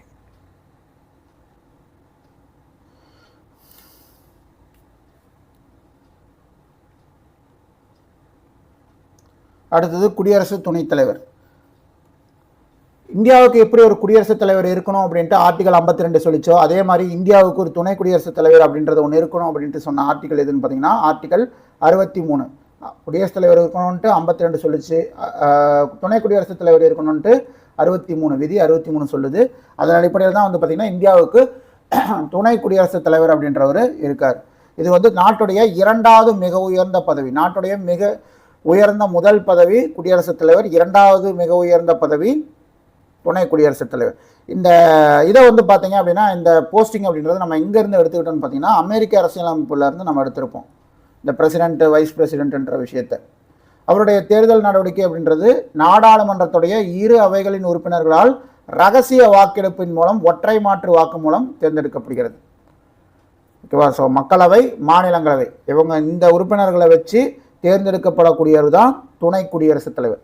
சமீப காலமாக கூட வந்து பார்த்திங்கன்னா இப்போ இந்தியாவின் துணை குடியரசுத் தலைவராக திரு சிபி ராதாகிருஷ்ணா அவர்கள் தேர்ந்தெடுக்கப்பட்டார். அவர் வந்து பார்த்திங்கன்னா பிஜேபி கட்சி சார்பில் நிறுத்தப்பட்ட கேண்டிடேட்டு. அவர் வந்து பார்த்திங்கன்னா நாடாளுமன்றத்தில் 2 அவைகள் உறுப்பினர்கள் தான் ஓட்டு போட்டு தேர்ந்தெடுத்தாங்க. அந்த தேர்தல் முறை அப்படின்றது ஒற்றை வாக்கு மூலம். தேர்தலில் கலந்துக்கிட்டவங்க நாடாளுமன்றத்தின் 2 அவைகளின் உறுப்பினர்கள். நடத்தப்பட்ட வாக்கெடுப்பு அப்படின்றது ரகசிய வாக்கெடுப்பு. அவருடைய தகுதிகள் என்ன? துணை குடியரசுத் தலைவராக நிற்கிறதுக்கு உண்டான தகுதிகள்: இந்தியாவுடைய குடிமகனாக இருக்கணும், 35 வயதை நிறைவு செய்திருக்க வேண்டும், மாநிலங்களவை உறுப்பினராவதற்கு தகுதி இருக்கணும். குடியரசுத் தலைவருக்கு மக்களவை உறுப்பினராவதற்கு தகுதி, துணை குடியரசுத் தலைவருக்கு மாநிலங்களவை உறுப்பினராவதற்கான தகுதி. ஏன் அவர் மாநிலங்களவை உறுப்பினராவதற்கான தகுதி அப்படின்னா ஏன் அப்படின்னு பார்த்தீங்கன்னா அவர் தான் மாநிலங்களவையுடைய அலுவல் வழி தலைவராக செயல்படுவார். அவர் துணை குடியரசுத் தலைவர் தான், ஆனால் அவருக்கு கூடிய சம்பளம் அப்படின்றது அவர் துணை குடியரசுத் தலைவர் அதனால் அவருக்கு இவ்வளோ சம்பளம் அப்படின்றது தரதில்லை. அவர் வாங்குகிற சம்பளம் மாநிலங்களவையுடைய அலுவல் வழி தலைவராக செயல்படுவதற்காக வாங்கக்கூடியது தான் அவர் வாங்கக்கூடிய சம்பளம் அப்படின்றது. துணை குடியரசுத் தலைவர் அப்படின்றதுக்கு எந்த ஒரு சம்பளமும் கிடையாது. ஊதியம் பெறும் எந்த ஒரு பதவியிலும் அவர் இருக்கக்கூடாது. அவருடைய பதவிக்கான வரையறை என்ன? 5 வருஷம். யார்கிட்ட பதவி விலகிறதுக்கு உண்டான கடிதத்தை கொடுக்கணும்? இன்கேஸ் 4 வருஷத்தில் வெளியே போகிறேன் அப்படின்னா யார்கிட்ட அந்த பதவி விலகல் கடிதத்தை கொடுக்கணும்? குடியரசுத் தலைவரிடம் கொடுக்கணும். அவர் விலகிறாருன்னா இவர்கிட்ட கொடுப்பார், துணை குடியரசுத் தலைவர்கிட்ட கொடுப்பார். துணை குடியரசுத் தலைவர் பதவி விலகிறாருன்னா குடியரசுத் தலைவர்கிட்ட கொடுப்பார். ஓகேவா? இது வைஸ் வெர்சாவாக இருக்கும். மாநிலங்களவை உறுப்பினர்கள் தீர்மானம் நிறைவேற்றப்படுவதன் மூலம் குடியரசு துணைத் தலைவர் அப்படின்ற பதவியிலிருந்து அவரை நீக்க முடியும். இந்த மாதிரி ஒன்று தீர்மானம் கொண்டு வராங்கன்னா எப்படி குடியரசுத் தலைவருக்கு 14 நாட்களுக்கு முன்னாடி இன்ஃபார்ம் பண்ணுறாங்களோ அதே மாதிரி தான் வந்து பார்த்திங்கன்னா துணை குடியரசுத் தலைவருக்கும் 14 நாட்கள் முன்னறிவிப்பு அப்படின்றது ரொம்பவே அவசியம். அவருடைய பொறுப்புகளும் பணிகளும் என்னன்னு பார்த்தீங்கன்னா மாநிலங்களவையின் அலுவல் வழி தலைவராகிறார். இதை சொல்லக்கூடிய விதி என்ன? 64. 63 இந்தியாவிற்கு ஒரு துணை குடியரசுத் தலைவர் இருக்கணும்னு சொல்லுது. 64 அப்படி இருக்கக்கூடிய துணை குடியரசுத் தலைவர் மாநிலங்களவையுடைய அலுவல் வழி தலைவராக இருக்கணும் அப்படின்னு சொல்லுது. அப்படி சொல்லக்கூடிய விதி என்ன? ஆர்டிகல் 64. மாநிலங்களவையின் தலைவர் என்ற நிலையில் மட்டுமே இவருக்கான ஊதியம் அப்படின்றது கொடுக்கப்படுது. குடியரசு துணைத் தலைவர் பதவிக்கு எந்த ஒரு ஊதியமும் கிடையாது. இன்கேஸ் குடியரசுத் தலைவர் பதவி விலகிட்டாரு, அந்த இடம் காலியாக இருக்குது அப்படின்னா அப்போ இவர் வந்து குடியரசுத் தலைவர் ஆவார் இல்லையா? துணை குடியரசுத் தலைவராக இருந்தவர் குடியரசுத் தலைவர் ஆகும்போது அவருக்கு கிடைத்த ஊதியம், அவருக்கு கிடைத்த அனைத்து சலுகைகளையும் இவர் பெறுவார். ஆனால் துணை குடியரசுத் தலைவராக இருக்கும்போது அந்த போஸ்டிங்னு 1 பைசா சம்பளம் கிடையாது. அவருக்கு சம்பளம் உண்டு, ஆனால் அந்த சம்பளம் அவர் எந்த போஸ்டிங்காக வாங்குறாருன்னு பார்த்தீங்கன்னா மாநிலங்களவையுடைய அலுவல் வழி தலைவராக செயல்படுகிறார் இல்லையா? அந்த விஷயத்துக்காக அந்த ஒரு பணிக்காக தான் அவர் வாங்குறாரு. 6 மாதங்களுக்கு குடியரசு இன்கேஸ் இல்லை அப்படின்னா இவர் வந்து செயல்பட முடியும். ஸோ இன்கேஸ் வந்து அந்த டைமில் அவர் குடியரசுத் தலைவராக ஒரு 6 மாதம் காலத்துக்கு இருக்காரு அப்படின்னா அப்போ வந்து அவர் அந்த குடியரசுத் தலைவராகவும் இருந்துட்டு மாநிலங்களவையோட தலைவராகவும் இருக்க முடியுமான்னு கேட்டிங்கன்னா இருக்க முடியாது. ஒரு ஒன்ஸ் குடியரசுத் தலைவர் ஆயிட்டாரு அப்படின்னா அப்போ இங்கே மாநிலங்களுடைய தலைவர் அப்படியே அந்த போஸ்டிங்கை அவர் செயல்பட முடியாது. ஆர்டிகல் 63 இருந்து ஆர்டிகல் 70 வரைக்கும் எதை பற்றி பேசுன்னு பார்த்தீங்கன்னா குடியரசு துணைத் தலைவரை பற்றி பேசக்கூடிய விஷயங்கள் தான் இந்த ஆர்டிகல் 63 இருந்து 70 வரைக்கும். பிரதமர் மற்றும் அமைச்சரவை குழு.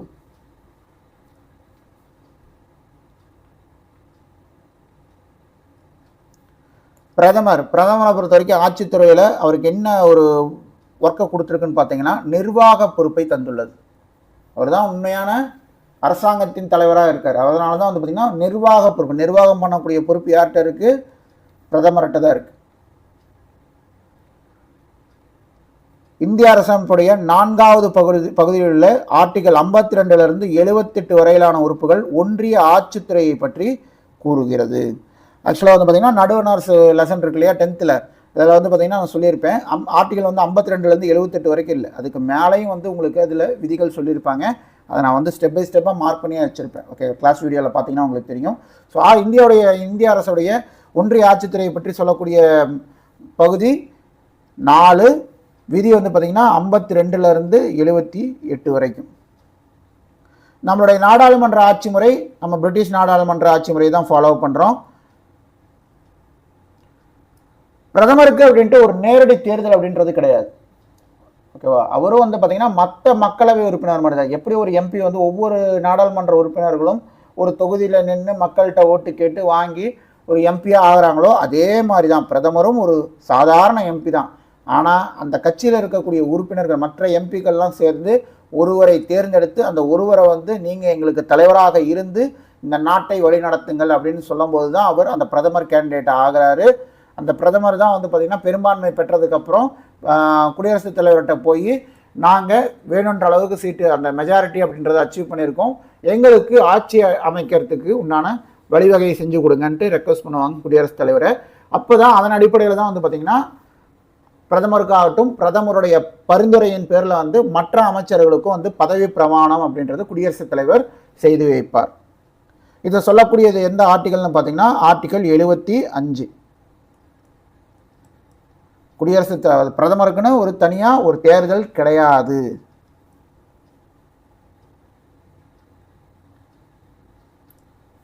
ஆனால் பிரதமரை தன்னிச்சையாக குடியரசுத் தலைவர் தேர்வு செய்ய இயலாது. பெரும்பான்மை உள்ள கட்சி அப்படி இருந்துச்சு அப்படின்னா அந்த கட்சியுடைய தலைவர் தான் வந்து பார்த்தீங்கன்னா யார் கேண்டிடேட்ஸ் உறுப்பினர்கள்லாம் செலக்ட் பண்ணுறாங்களோ அவர் தான் வந்து பிரதமர் ஆவார். பெரும்பான்மை கிடைக்கல, இன்கேஸ் எந்த ஒரு கட்சிக்குமே பிஜேபிக்கும் கிடைக்கல காங்கிரஸுக்கும் கிடைக்கல, 2 பேரும் வந்து பார்த்தீங்கன்னா பார்டரில் இருக்காங்க, யாராவது ஒருத்தரை வந்து கூட்டணியில் சேர்த்துக்கிட்டால் மட்டும்தான் வந்து பார்த்திங்கன்னா நம்மளுக்கு அந்த தேவையான சீட்டு கிடைக்கும் அப்படின்ற மாதிரி இருந்துச்சுன்னா இதோ ஒரு கட்சி வந்து பார்த்திங்கன்னா குதிரை வேரம் நடத்தியாவது வந்து பார்த்திங்கன்னா அந்த கூட்டணி கட்சிகளை தன்னுடைய இதுக்குள்ளே இழுத்து அந்த ஆட்சி அமைக்கணும் அப்படின்னு தான் பிளான் பண்ணுவாங்க. அப்படி பண்ணும்போது யாருக்கு அந்த கேப்பபிலிட்டிஸ் இருக்குது, அந்த குதிரை பேரம் அப்படின்றது நடக்கக்கூடாத ஒரு விஷயம் தான். பட் இருந்தாலும் 2 பேர்த்துக்குமே பெரும்பான்மை இல்லை, யாராவது கூட்டணியில் இழுத்தாங்கன்னா மட்டும்தான் இந்த வேலை நடக்கும். அப்படிங்கும்போது அந்த இழுக்கிறதுக்கு உண்டான அந்த என்ன சொல்கிறது அந்த டாக்டிக் யார்கிட்ட இருக்குது அப்படின்றத பார்த்து ஓகே இவங்களால் அந்த ஆதரவை திரட்ட முடியும், ஃபார் எக்ஸாம்பிள் பிஜேபியால் அந்த வேலையை செஞ்சிட முடியும்ன்ட்டு முடிவு பண்ணார் குடியரசுத் தலைவர் முடிவு பண்ணார்னா சரி ஓகேப்பா நீ வா, நீ வந்து என்கிட்ட வந்து ஆட்சி அமைக்கிறதுக்கு உரிமை கோரு, நான் உனக்கு வந்து பதவி பிரமாணம் செஞ்சு வச்சிட்றேன், உன்னோட தலைமையிலான அரசு அமையட்டும் அப்படின்றவர். அந்த மாதிரி அமையும் போது வந்து பார்த்திங்கன்னா ஆட்டோமேட்டிக்காக வந்து பார்த்திங்கன்னா நம்பிக்கையில் அதாவது நாடாளுமன்றத்தில் மக்களவையில் உங்களை வந்து பெரும்பான்மை நிரூபிக்க சொல்லக்கூடிய சூழ்நிலை அப்படின்றது வரும். அப்போ நீங்கள் அந்த கண்டிப்பாக பெரும்பான்மையை நிரூபித்து காட்டணும். இன்கேஸ் நீங்கள் பெரும்பான்மையை நிரூபிக்க முடியாத சூழ்நிலை வந்துச்சு அப்படின்னா ஆட்சி உடனடியாக கமுந்துடும்.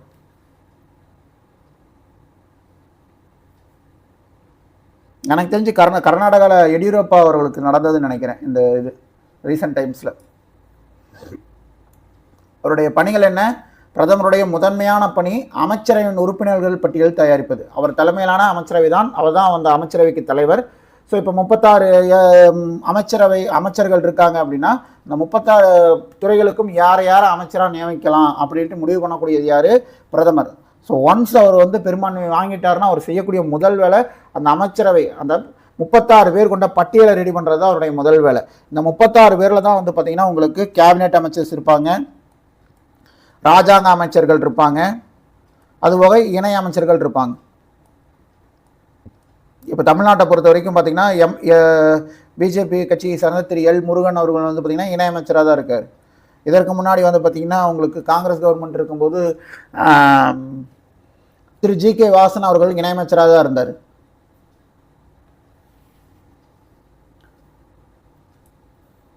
ஸோ இதில் வந்து பார்த்திங்கன்னா என்னென்ன அமைச்சர்கள் இருப்பாங்க? கேபினெட், மாநில அமைச்சர்கள் என்று சொல்லப்படக்கூடிய அந்த ராஜாங்க அமைச்சர்கள், 3ஆம் நிலையில் தான் வந்து பார்த்திங்கன்னா அந்த துணை அமைச்சர்கள் அந்த இணை அமைச்சர்னு சொல்லக்கூடியவங்க இருப்பாங்க. பிரதமர் விரும்பினார் அப்படின்னா ஒரு அமைச்சரை துணை பிரதமர் அப்படின்ட்டு சொல்ல முடியும். எப்படி வந்து பார்த்திங்கன்னா இங்கே தமிழ்நாட்டில் எடுத்துட்டோம்னா டிஎம்கே கவர்மெண்ட் இப்போ இருக்கும்போது வந்து பார்த்திங்கன்னா திரு மு.க.ஸ்டாலின் அவர்கள் தன்னுடைய மகனான திரு உதயநிதி ஸ்டாலின் அவர்களை வந்து பார்த்திங்கன்னா துணை குடியரசுத் தலைவர், ஏன்னா அவர் ஒரு அமைச்சராக இருந்தார், அதனால் துணை குடியரசுத் தலைவர் துணை முதலமைச்சர்ன்ட்டு அவரை செலக்ட் பண்ணார் இல்லையா, அதே மாதிரி உங்களுக்கு மேலேயே வந்து பார்த்திங்கன்னா திரு மோடி அவர்கள் நினைத்தார் அப்படின்னா வேறு யாரையாவது அமித்ஷாவாக இருக்கட்டும், இல்லை நிர்மலா சீதாராமன் அவர்களாக இருக்கட்டும், இல்லை ராஜ்நாத் சிங்காக இருக்கட்டும், யாரை வேணால் வந்து பார்த்திங்கன்னா துணை பிரதமர் அப்படின்ற அந்த போஸ்டிங் கொடுக்க முடியும். அது பிரதமருடைய விருப்பத்தின் பேரில் நடக்கக்கூடியது. இதற்கு முன்னாடி வந்து பார்த்தீங்க அப்படின்னா திரு அடல் பிகாரி வாஜ்பாய் அவர்கள் இருக்கும்போது துணை பிரதமராக வந்து பார்த்திங்கன்னா எல்கே அத்வானி அவர்களை துணை பிரதமராக நியமனம் பண்ணியிருந்தார். அது அவருடைய விருப்ப உரிமை, யாரை வேணால் பண்ணலாம், பண்ணாமையும் போகலாம். பிரதமர் எந்த துறையும் தனது கட்டுப்பாட்டில் வைக்க முடியும். ஓகேவா, இந்த துறை தான் அந்த துறை தான் கிடையாது. அவர் நினைச்சார்னா எல்லா துறையும் அவருடைய கண்ட்ரோலில் வச்சுக்க முடியும். அமைச்சர்களுடைய பொறுப்பையும் மாற்றி அமைக்க முடியும். இன்னைக்கு வந்து நிதி அமைச்சராக நிர்மலா சீதாராமன் இருக்கிறாங்க, உள்துறை அமைச்சராக வந்து பார்த்திங்கன்னா திரு அமித்ஷா இருக்காருன்னா டக்குன்னு நாளைக்கு வந்து பார்த்திங்கன்னா ஓகே நிதித்துறையை வந்து அமித்ஷா நீங்கள் கவனிங்க, உள்துறை வந்து நிர்மலா சீதாராமன் நீங்கள் கவனிங்க அப்படின்ட்டு அந்த துறையை மாற்றி கொடுக்க முடியும். ஒரு துறையை 2ஆகவோ 3ஆகவோ பிரிக்கவும் முடியும். இப்போ நிதித்துறையை விட்டுருங்க, மற்ற வேறு ஏதாவது துறைகள் இருக்குன்னு வைங்க. இப்போ அந்த மாதிரி துறைகள்லாம் வந்து பார்த்திங்கன்னா 2ஆ 3ஆ ஸ்ப்ளிட் பண்ணுறதுக்கும் முடியும். இல்லை 3 துறையாக இருக்கக்கூடிய விஷயத்தை எல்லாத்தையும் என்கேஜ் பண்ணி ஒரே துறை அப்படின்னு மாற்றவும் முடியும். இதெல்லாம் வந்து பிரதமருக்கு இருக்கக்கூடிய அதிகாரங்கள். பிரதமரின் முதன்மை நிலை கீழே தரப்பட்டுள்ள காரணிகளால் தெளிவாகிறது. என்னென்ன காரணிகள்? பெரும்பான்மை கொண்ட கட்சியின் தலைவர், அமைச்சர்களை குடியரசுத் தலைவருக்கு பரிந்துரை செய்கிறாரு, அமைச்சர் பதவி நீக்கம் செய்யறதுக்கு ஒரு உரிமை இருக்குது, பதவி விலகுமாறு அந்த அமைச்சர்களுக்கு கட்டளையிடவும் வந்து பார்த்திங்கன்னா பிரதமருக்கு அதிகாரம் இருக்குது, அமைச்சர்களுக்கு அந்த பொறுப்புகளை ஒதுக்கீடு செய்கிறது, அமைச்சரை ஒரு துறையிலிருந்து வேறொரு துறைக்கு மாற்றுறதுக்கு, இது எல்லாத்துக்குமே பிரதமருக்கு அதிகாரம் இருக்குது. அனைத்து துறைகளுடைய நடவடிக்கைகளும் அவர் மேற்பார்வையிடுவார். ஃபார் எக்ஸாம்பிள் வந்து பாதுகாப்புத்துறை அப்படின்றது திரு ராஜ்நாத் சிங் அவருடைய கண்ட்ரோலில் இருந்தாலும், இப்போ யூபியில் வந்து பார்த்திங்கன்னா உத்தரப்பிரதேசத்தில் வந்து பார்த்திங்கன்னா இந்த பிரம்மோஸ் பிரம்மோஸ் ஏவுகணை வந்து தயார் பண்ணும்போது வந்து பார்த்திங்கன்னா இவரும் வந்து குடியரசுத் தலைவரும் வந்து திரு நரேந்திர மோடி அவர்களும் வந்து பார்த்திங்கன்னா போய் பார்வையிட்டார். ஸோ அப்போ அதை மேற்பார்வையிடுறதுக்கு உண்டான அதிகாரம் வந்து பார்த்திங்கன்னா பிரதமருக்கு இருக்குது. திருப்பி குடியரசுத் தலைவர், துணை குடியரசுத் தலைவர், பிரதமர்னு சொல்லி வாயே ரோல் ஆகுது, வேற ஒன்றும் இல்லை.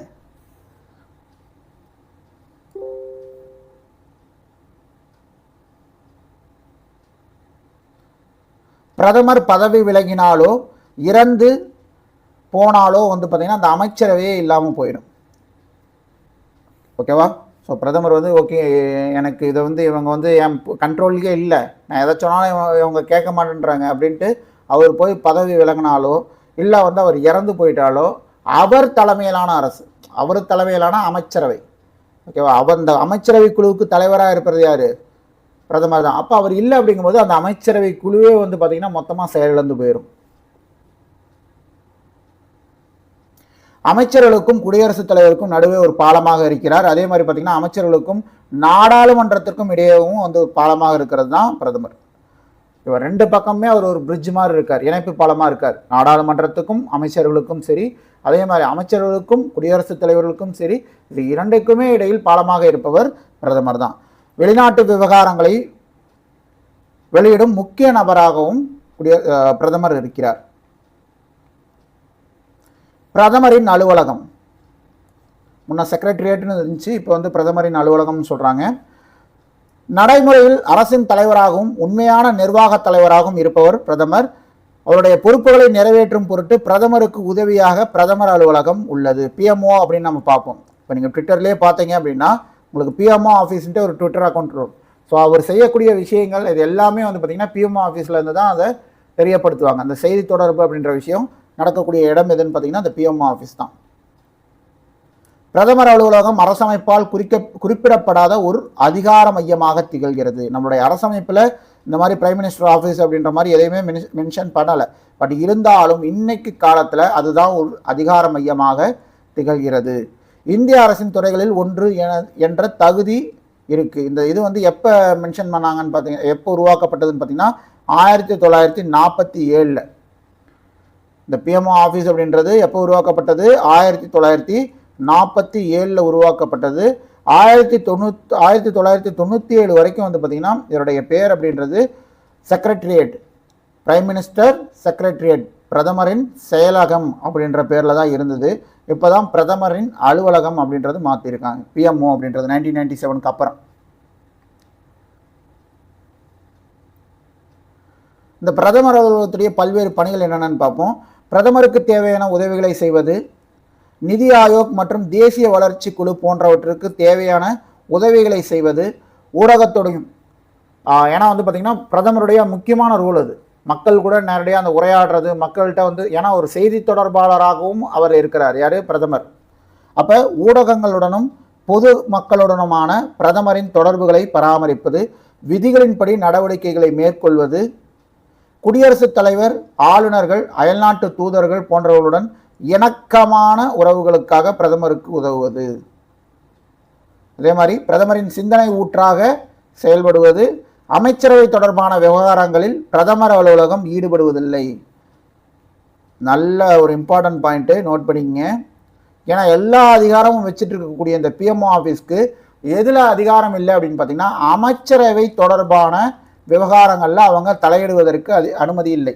பிஎம்ஓ ஆஃபீஸ்க்கு இதற்கு ரைட்ஸ் கிடையாது. இதில் அமைச்சரவை தொடர்பான விவகாரங்களில் தலையிடுவதற்கு அதிகாரம் இல்லை. அதற்கு அதை யார் ஹேண்டில் பண்ணுறாங்கன்னு பார்த்தீங்கன்னா, அமைச்சரவை செயலகம் டைரெக்டாக அதை வந்து ஹேண்டில் பண்ணிக்கும். பிஎம்ஓ உள்ளே போக முடியாது. யார் ஹேண்டில் பண்ணுவா? அமைச்சரவை செயலகம் நேரடியாக கையாள்கிறது. செயலகமும் பிரதமரின் வழிகாட்டுதலின்படியே செயல்படுகிறது. இந்த அமைச்சரவை செயலகமும் யாருடைய கண்ட்ரோலில் இருக்குது? பிரதமர் கண்ட்ரோலில் தான் இருக்குது. பிரைம் மினிஸ்டர் ஆஃபீஸ் யார் கண்ட்ரோலில் இருக்குது? பிரைம் மினிஸ்டர் கண்ட்ரோலில் தான் இருக்குது. எல்லாத்தையும் கண்ட்ரோலில் வச்சிருக்கிறது பிரதமர் தான்.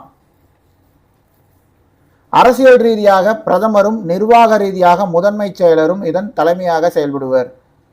இதோடைய பிஎம்ஓ ஆஃபீஸுடைய தலைமையாக யார் செயல்படுவார்? அரசியல் ரீதியாக பிரதமரும் நிர்வாக ரீதியாக முதன்மை செயலரும் இதன் தலைமையாக செயல்படுவர். மத்திய அமைச்சர்கள் குழு. மத்திய அமைச்சர்கள் குழு அப்படின்றது குடியரசுத் தலைவருக்கு ஆலோசனை கொடுக்கணும். பிரதமர் தலைமையிலான அமைச்சரவை குழு யாருக்கு ஆலோசனை தரணும்? எப்படி இங்கே ஆளுநருக்கு வந்து பார்த்திங்கன்னா முதலமைச்சர் அவங்களுடைய குழு வந்து அமைச்சரவை குழு ஆலோசனை கொடுக்கணுமோ, அதே மாதிரி உங்களுக்கு மத்திய அரசை பொறுத்த வரைக்கும் பிரதமரும் அவர் தலைமையிலான அமைச்சரவை குழுவும் குடியரசுத் தலைவருக்கு ஆலோசனை அப்படின்றது கொடுக்கணும். அப்படின்ட்டு சொல்லக்கூடிய சட்ட உறுப்பு எது? ஆர்டிகல் 74. எப்போ கேட்டாலும் 4 பேர் அவருக்கு ஆலோசனை சொல்லணும். ஓகேவா? எப்போ கேட்டாலும் 4 பேர் அவருக்கு ஆலோசனை சொல்லணும். 74.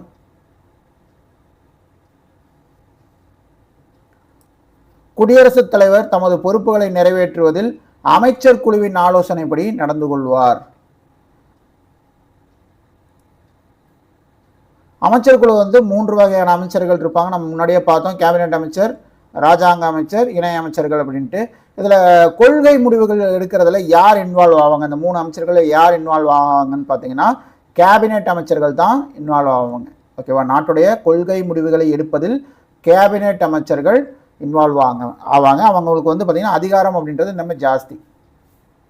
மற்ற 2 பிரிவு அமைச்சர்களும் நிர்வாக பொறுப்புகளை மேற்கொள்பவர்கள். கொள்கை முடிவுக்கு கேபினெட் அப்படின்னா, நிர்வாக பொறுப்புக்கு ராஜாங்க அமைச்சர்களும் இணை அமைச்சர்களும். அமைச்சர்கள் குழுவின் நியமனம் பற்றி சொல்லக்கூடிய உறுப்பு என்னன்னு பார்த்தீங்கன்னா 75. சட்ட விதி 75.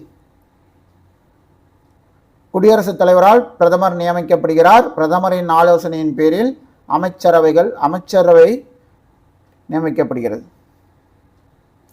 குடியரசுத் தலைவரின் விருப்பத்தின் பேரிலேயே அமைச்சர்கள் நியமனம் என்று கூறப்பட்டாலும், குடியரசுத் தலைவரின் விருப்பத்தின் பேரிலேயே அமைச்சர்கள் நியமனம் என்று கூறப்பட்டாலும் நடைமுறையில் அவர்கள் பிரதமராலேயே தேர்வு செய்யப்படுகின்றனர்.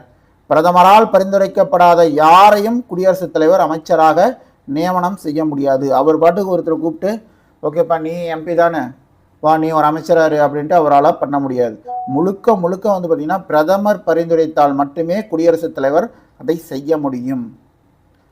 நிழல் அமைச்சரவை. இந்த நிழல் அமைச்சரவை அப்படின்றது நம்ம எங்கே கேள்விப்பட்டிருப்போம் பார்த்தீங்கன்னா, இங்கிலாந்து பார்லிமெண்ட், அந்த பிரிட்டன் பார்லிமெண்ட்டில் இருக்கக்கூடிய ஒரு விஷயம். இந்த நிழல் அமைச்சரவை அப்படின்றது வேறு ஒன்றுமே கிடையாது. இப்போ எதிர்கட்சிகள் இருக்கு இல்லையா, இப்போ தமிழ்நாட்டை எடுத்துப்போம், டிஎம்கே ஆளுங்கட்சியாக இருக்குன்னா ஏடிஎம்கே எதிர்கட்சியாக இருக்குது. இப்போ இந்த ஏடிஎம்கே அப்படின்ற கட்சி வந்து பார்த்திங்கன்னா டைரெக்டாக இருக்கக்கூடிய இப்போ ஆளுங்கட்சி ஒவ்வொரு துறை அமைச்சிருக்கு அப்படின்னா அவங்க அந்த செயல்பாட்டில் ஈடுபடுவாங்க. அதே மாதிரி எதிர்கட்சியும் வந்து பார்த்தீங்கன்னா ஒவ்வொரு துறை அமைச்சிருக்கா, காவல்துறை, சட்ட நீதி, அந்த மாதிரி ஏதோ விஷயங்கள் அமைச்சிருக்கா, கல்வித்துறை, பள்ளி கல்வித்துறை அந்த மாதிரி அமைச்சிருக்கான்னு பார்த்தீங்கன்னா அந்த மாதிரி கிடையாது. ஆனால் இங்கிலாந்து பார்லிமெண்ட்டில் என்ன பண்ணுவாங்கன்னு பார்த்தீங்கன்னா உங்களுக்கு இதே மாதிரி ஆளுங்கட்சி எப்படி ஒவ்வொரு துறை ஃபார்ம் பண்ணியிருக்கோ அதே மாதிரி எதிர்கட்சியிலேயே அந்த மாதிரி ஃபார்ம் பண்ணியிருப்பாங்க. அப்போ அந்த பர்டிகுலர் உறுப்பினர்கள் வந்து பார்த்தீங்கன்னா அந்த துறை சார்ந்தே செயல்படுவாங்க. இப்போ பள்ளி கல்வித்துறை அப்படின்னா அந்த துறை சார்ந்து அவங்க செயல்படும் போது உண்மையாலுமே வந்து அரசாங்கம் அதை கரெக்டாக செயல்படுத்துதா, இல்லை ஏதாவது இம்சை பண்ணிட்டு இருக்காங்களா, அதில் ஏதோ குறைபாடுகள் இருக்கா அப்படின்ட்டு அவங்களால எதிர்கட்சிகளால் தெரிஞ்சிக்க முடியும். ஏன்னா அதற்குன்னே டெடிக்கேட்டடாக ஒரு அமைச்சரவை, அதாவது ஒரு குழுவை வந்து எதிர்கட்சிகள் போட்டிருக்கும். அப்போ அது கிட்டத்தட்ட வந்து ஒரு அமைச்சர் செய்யக்கூடிய வேலையை அந்த எதிர்கட்சி உறுப்பினர்களும் அந்த குழு வந்து செய்யும். அதனால தான் வந்து பார்த்தீங்கன்னா அதை நிழல் அமைச்சரவைன்னு சொல்கிறாங்க. எதிர்க்கட்சிகள் ஒவ்வொரு துறையிலும் உள்ள விவகாரங்களை பற்றி ஆராய தமது உறுப்பினர்களை கொண்ட ஒரு குழுவை அமைக்கிறது. இதன் மூலம் எதிர்க்கட்சிகள் அரசு தொடர்பான பிரச்சனைகளை தெளிவாக அறிந்து கொள்ளவும் அரசினை விழிப்பாக இருக்க செய்யவும் முடிகிறது. இது நிழல் அமைச்சரவை என்று அழைக்கப்படுகிறது. அமைச்சர்களின் தனிப்பட்ட மற்றும் கூட்டு பொறுப்பு. அமைச்சர்கள் தனியாகவும் சரி கூட்டாகவும் சரி மக்களவைக்கு பொறுப்பானவர்கள். அனைத்து அமைச்சர்களும் பொதுவெளியில் தங்களுக்குள்ளான வேறுபாடுகளை வெளிக்காட்டக்கூடாது.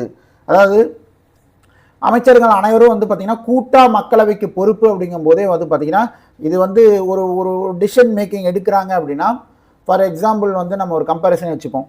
இப்போ ராஜ்நாத் சிங் வந்து பார்த்தீங்கன்னா ஒரு கருத்து சொல்கிறாரு அப்படின்னா அவர் அமைச்சர்.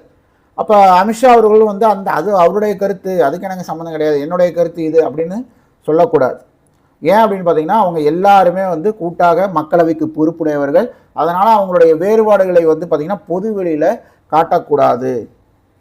ஓகேங்களா? அவங்களுக்குள்ளே இருக்கக்கூடிய டிஃப்ரென்ஸ் ஆஃப் ஒப்பீனியனை பொது வெளியில் காட்டக்கூடாது. அனைத்து அமைச்சர்களும் பொதுவெளியில் தங்களுக்குள்ளான வேறுபாடுகளை வெளிக்காட்டக்கூடாது.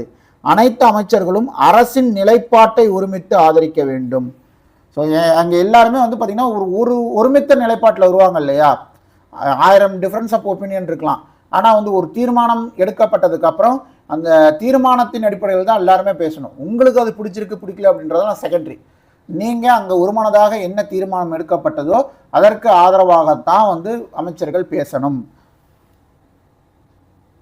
குடும்ப அமைச்சரவை. குடும்ப அமைச்சரவை அப்படின்னா அமைச்சரவைக்குள்ளேயே ஒரு சிறு குழு இருக்கும். 36 அமைச்சர்கள் இருக்காங்க அப்படின்னா எல்லாருமே வந்து எப்போ பார்த்தாலும் வந்து பிரதமர் அவர்களை சூழ்ந்து அந்த டிஸ்கஷனில் இருப்பாங்களான்னு கேட்டிங்கன்னா கிடையாது. மிஞ்சி போனால் ஒரு 4-5 பேர் இருப்பாங்க, அவ்வளோதான் இருப்பாங்க. ஓகேங்களா? இதுதான் வந்து பார்த்திங்கன்னா குடும்ப அமைச்சரவைன்னு சொல்கிறது. எதற்காக இந்த குடும்ப அமைச்சரவைனா அவங்க வந்து பார்த்திங்கன்னா ஏதோ ஒரு பிரதமராக இருந்தாலும் என்னதான் அவருக்கு வந்து எக்ஸ்போஷர் இருந்தாலும் அவருக்கு ஏதோ டவுட் இருக்குது, இந்த மாதிரி விஷயம் எப்படி செய்யலாம் அப்படின்ட்டு ஒரு டிஸ்கஸ் பண்ணுறாருன்னா அந்த டிஸ்கஸ் பண்ணுறதுக்கு ஒரு ஆட்கள் வேணும் இல்லையா? அதனால தான் வந்து பார்த்திங்கன்னா ரொம்ப நெருக்கமாக இருக்கக்கூடிய அமைச்சர்களை வந்து கூடவே வச்சுப்பாங்க. எந்த ஒரு டிஸ்கஷனாக இருந்தாலும் பேச முடியும். அது ஏன் அப்படின்னா பின்னாடி அது கான்ஃப்ளிக்ட் ஆகாது, அது விஷயம் வெளியே போகாது, எந்த மாதிரிலாம் நடந்தது அப்படின்ற விஷயங்கள் வெளியே போகாது, ரகசியமாக இருக்கும். அப்படின்றதுனால வந்து பார்த்திங்கன்னா இந்த மாதிரி விஷயங்களை எல்லாருமே செய்வாங்க.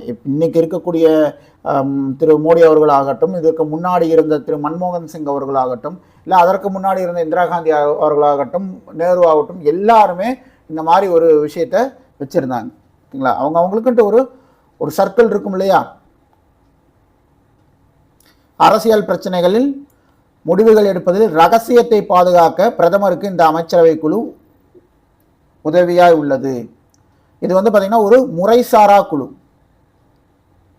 முறைசாரா குழு உண்மையான ஆனால் வந்து உண்மையான அதிகார மையம் அவங்க கிட்ட தான் இருக்குது, பவர் அவங்க கிட்ட தான் இருக்குது, டிரான்ஸ்ஃபார்மே அவங்க தான். ஆனால் அது வந்து ஒரு முறைசாரா குழு. ஒன்றிய மத்திய அமைச்சர்கள் குழு. அமைச்சரவையில் உள்ள அனைத்து அமைச்சர்களும் ஒன்றாக அமர்ந்து கொள்கை முடிவுகளை எடுப்பதுவோ அலுவல்களை விவாதிப்பதோ இல்லை. கொள்கை முடிவுகளை எடுப்பது யாரு?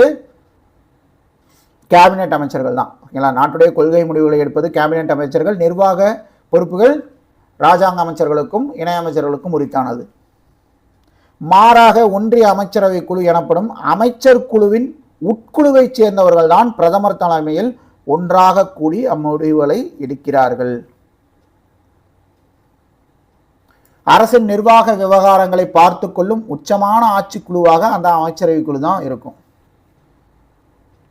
அதுதான் அதுக்கு தான் வந்து உச்சபட்ச ஒரு அதிகாரம் அப்படின்றது இருக்குது. என்னதான் அமைச்சராக இருந்தாலும் இவங்களுக்கு இன்னொரு அடிஷ்னல் பவர் அப்படின்றது இருக்குது. அந்த அமைச்சரவை குழுவுடைய செயல்பாடு என்னன்னு பார்த்தோம் அப்படின்னா, உயர்ந்தபட்ச முடிவுகளை எடுப்பதற்கான அதிகாரம், சட்டம், நிதி மற்றும் வெளியுறவு விவகாரங்களையும் கையாள்வது, அனைத்து நியமனங்களையும் நிர்வாகிகளையும் கட்டுப்படுத்துவது, நாடாளுமன்றம் நடைபெறாத போது நம்ம பார்த்துட்டே வந்திருப்போம். அவசர சட்டம் 123 அப்படின்னா குடியரசுத் தலைவர் டக்குன்னு ஒரு அவசர சட்டம் ஆர்டினன்ஸ் பாஸ் பண்ண முடியும்னு பார்த்துருப்போம். ஆனால் அதுக்கு பின்னாடி யார் இருக்கான்னு பார்த்தா இந்த அமைச்சரவை குழு தான் இருக்கும். நாடாளுமன்றம் நடைபெறாத போது அவசர சட்டங்களை பிறப்பிக்க குடியரசுத் தலைவருக்கு பரிந்துரை செய்வது யார்? இந்த அமைச்சரவை குழு தான். ஓகேவா? அவராக நினச்சி ஒரு ஆர்டினன்ஸ் பாஸ் பண்ணுறதில்ல. அதற்கு பின்னாடி அதை ஓகே ஒரு ஆர்டினன்ஸ் பாஸ் பண்ணுங்க, நாடாளுமன்றம் நடக்கலை அப்படின்ட்டு சொல்லி ஒரு பரிந்துரை சொல்லி இதை இது பண்ணுங்க, இம்ப்ளிமெண்ட் பண்ணுங்கன்னு சொல்லக்கூடியது அமைச்சரவை குழு. விசாரணை குழுக்களை நியமிப்பது, சிக்கல்களை துறைகளுக்கு இடையிலான சிக்கல்களை தீர்த்து வைப்பது, நெருக்கடி நிலையை பிரகடனம் செய்வதற்கும் மக்களவையை கலைத்து விடவும் நாடாளுமன்ற கூட்டங்களை முடித்து வைக்க ஒத்தி வைக்க குடியரசுத் தலைவருக்கு எல்லா விதமான பரிந்துரையும் செய்கிறது யாருன்னு பார்த்தீங்கன்னா இவங்க தான். இந்த அமைச்சரவையுடைய குழு செயலர், இந்த அமைச்சரவை குழு செயலருடைய பகுதி என்னன்றதை நம்ம பார்ப்போம். அமைச்சரவை குழுவில் அமைச்சருக்கும் உதவி செய்ய செயலர் இருப்பார். இப்போ வந்து பார்த்திங்கன்னா பிரதமர் பிஎம்ஓ ஆஃபீஸ் நம்ம பார்த்தோம், அவருடைய உதவிக்காக வந்து வச்சுட்டு இருக்கக்கூடிய ஒரு அலுவலகம். அப்போ மற்ற அமைச்சர்களுக்கு இந்த மாதிரி ஒரு செயலர் இருப்பாரான்னு கேட்டிங்கன்னா இருப்பாங்க. ஒவ்வொருத்தருக்கும் ஒரு செயலர் இருப்பாங்க. அமைச்சரவை குழுவில் அமைச்சருக்கும் உதவி செய்ய ஒரு செயலர் இருப்பர். முதன்மை செயலருக்கு உயர் தேர்வு குழுவின் தலைவராக இருப்பார். யாரு? முதன்மை செயலர். உயர் தேர்வு குழுவின் தலைவராக செயல்படுவது அமைச்சர்களுடைய முதன்மை செயலர். மத்திய தலைமைச் செயலகத்தின் இணை செயலர்களை நியமிக்கக்கூடிய அதிகாரம் இந்த முதன்மை செயலருக்கு இருக்கு. மத்திய தலைமைச் செயலகத்தின் இணை செயலர்களை நியமிக்கும் அதிகாரம். அதே மாதிரி தலைமைச் செயலர்களின் ஆண்டுதோறும் நடைபெறும் மாநில தலைமை செயலர்களின் மாநாடுகளுக்கு தலைமை வகிப்பது யாரு? இவர் தான், முதன்மை செயலர் தான் தலைமை வகிக்கிறது. ஸோ அடுத்து பார்த்தீங்க அப்படின்னா ஆட்சித்துறை. ஸோ இது வரைக்கும் நம்ம ஆட்சித்துறை மத்தியில் பார்த்துருப்போம், ஒன்றிய அரசில் பார்த்துருப்போம். இப்போ மாநில அரசில் பார்க்க போகிறோம். மாநில அரசை பொறுத்த வரைக்கும் உங்களுக்கு ஆட்சித்துறையை பற்றி சொல்லக்கூடிய விதிகள் என்னன்னு பார்த்தீங்கன்னா, அரசமைப்பு 6வது பகுதியில் ஆர்டிகல் 153 167 வரைக்கும் வந்து பார்த்திங்கன்னா மாநிலங்கள் சார்ந்த ஆட்சித்துறை விதிகள் சொல்லுது. மாநிலத்துடைய நிர்வாகம் யார் கையில் இருக்குது? ஆளுநர் கையில் இருக்குது. முதலமைச்சரை தலைவராக கொண்ட அமைச்சர்கள் குழு இருக்குது. இதுதான் வந்து பார்த்திங்கன்னா மாநிலங்களின் ஆட்சித்துறை. எப்படி இங்கே நிர்வாகம் அப்படின்றது அந்த பவர் வந்து இவர் வச்சுருக்காரு, குடியரசுத் தலைவர். அதுக்கப்புறம்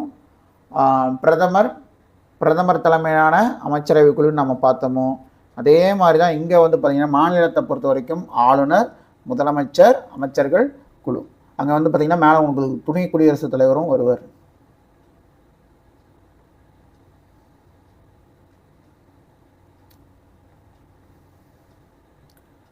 ஆளுநருடைய தேர்வு முறை பார்த்தோம் அப்படின்னா ஆர்டிகல் 153 உள்ள வந்துடும். எங்களை ஆர்டிகல் 153 பிரகாரம் தான் ஆளுநர் தேர்வு முறை அப்படின்றது நடக்குது. ஒரு மாநிலத்துக்கு, ஒவ்வொரு மாநிலத்துக்கும் ஒரு ஆளுநர் இருக்கணும். ஒரு மாநிலம் நினச்சினா, ஒரு ஸ்டேட் இருந்துச்சுன்னா அங்கே ஒரு ஆளுநர் இருக்கணும் அப்படின்றது தான் ஆர்டிகல் 153 சொல்லக்கூடியது. நம்ம பார்த்துருப்போம், இந்தியாவிற்கு என்று ஒரு குடியரசுத் தலைவர் இருக்க வேண்டும் அப்படின்ட்டு ஆர்டிகல் 52 சொல்லிச்சு அப்படின்னு நம்ம சொல்லியிருப்போம். ஆர்டிகல் 63 இந்தியாவுக்குன்னு ஒரு துணை குடியரசுத் தலைவர் இருக்கணும் அப்படின்னு சொல்லிச்சுன்னு சொல்லியிருப்போம். அதே மாதிரி தான் ஆர்டிகல் 153 ஒவ்வொரு மாநிலத்திற்கும் ஒரு ஆளுநர் இருக்க வேண்டும் என்று சொல்கிறது. அதற்கப்புறம் என்ன பண்ணாங்க, 1956 ஓகே ஒரு ஸ்டேட்டுக்கு ஒரு ஆளுநர் அப்படின்றதெல்லாம் கிடையாது. 2 ஸ்டேட்டுக்கும் இல்லை 2க்கும் மேற்பட்ட ஸ்டேட்ஸுக்கும் வந்து பார்த்திங்கன்னா ஒரே ஆளுநர் செயல்படலாம். ஃபார் எக்ஸாம்பிள் தெலுங்கானாவுக்கும் யூனியன் பிரதேசமான புதுச்சேரிக்கும் வந்து பார்த்திங்கன்னா ஒரே டைமில் உங்களுக்கு திருமதி தமிழிசை சவுந்தரராஜன் லெஃப்டினன்ட் கவர்னர் அங்கே வந்து பார்த்திங்கன்னா தெலுங்கானாவுக்கு ஆளுநராகவும், இங்கே வந்து புதுச்சேரிக்கு துணைநிலை ஆளுநராகவும் செயல்பட்டார். ஆளுநருடைய நியமனம் பார்த்தோம் அப்படின்னா இவர் குடியரசுத் தலைவரால் நியமிக்கப்படுவர். அதை சொல்லக்கூடிய சட்ட விதி 155. இந்தியாவுடைய குடிமகனாக இருக்கணும், 35 வயதை நிறைவு செய்திருக்கணும், ஊதியம் பெறக்கூடிய பதவியில் இருக்கக்கூடாது, நாடாளுமன்ற மாநில சட்டமன்ற உறுப்பினராக அவர் இருக்கக்கூடாது. அவருடைய பதவிக்காலம் என்பது 5 ஆண்டுகள். இதை சொல்லக்கூடிய விதி என்னன்னு பார்த்தீங்கன்னா ஆர்டிகல் 156. அவருடைய தகுதியை சொல்லக்கூடியது ஆர்டிகல் 155. அவருடைய பதவிக்காலத்தை சொல்லக்கூடியது ஆர்டிகல் 156. 5 ஆண்டுகள் இருக்கலாம். ஆனால் உண்மையாலுமே வந்து பார்த்திங்கன்னா அது டிசைட் பண்ணக்கூடிய அத்தாரிட்டி யாருக்கிட்ட இருக்குது? குடியரசுத் தலைவர்கிட்ட தான் இருக்குது. அவர் எப்போ நினச்சாலும் வந்து பதவி விட்டு ஆளுநரை தூக்க முடியும், இல்லை இன்னொரு மாநிலத்துக்கு நினச்சா மாற்றலாம். இதெல்லாமே வந்து பார்த்திங்கன்னா யார்? குடியரசுத் தலைவர் நினச்சா செய்ய முடியும். இவர் வந்து எங்கே யார் நிர்ணயம் பண்ணி ஊதியம் கொடுக்குறாங்கன்னு பார்த்தீங்கன்னா நாடாளுமன்றம் தான் ஆளுநருடைய ஊதியத்தை நிர்ணயிக்குது. அதன்படி தான் அவருடைய ஊதியம் அவர் பெறுகிறார்.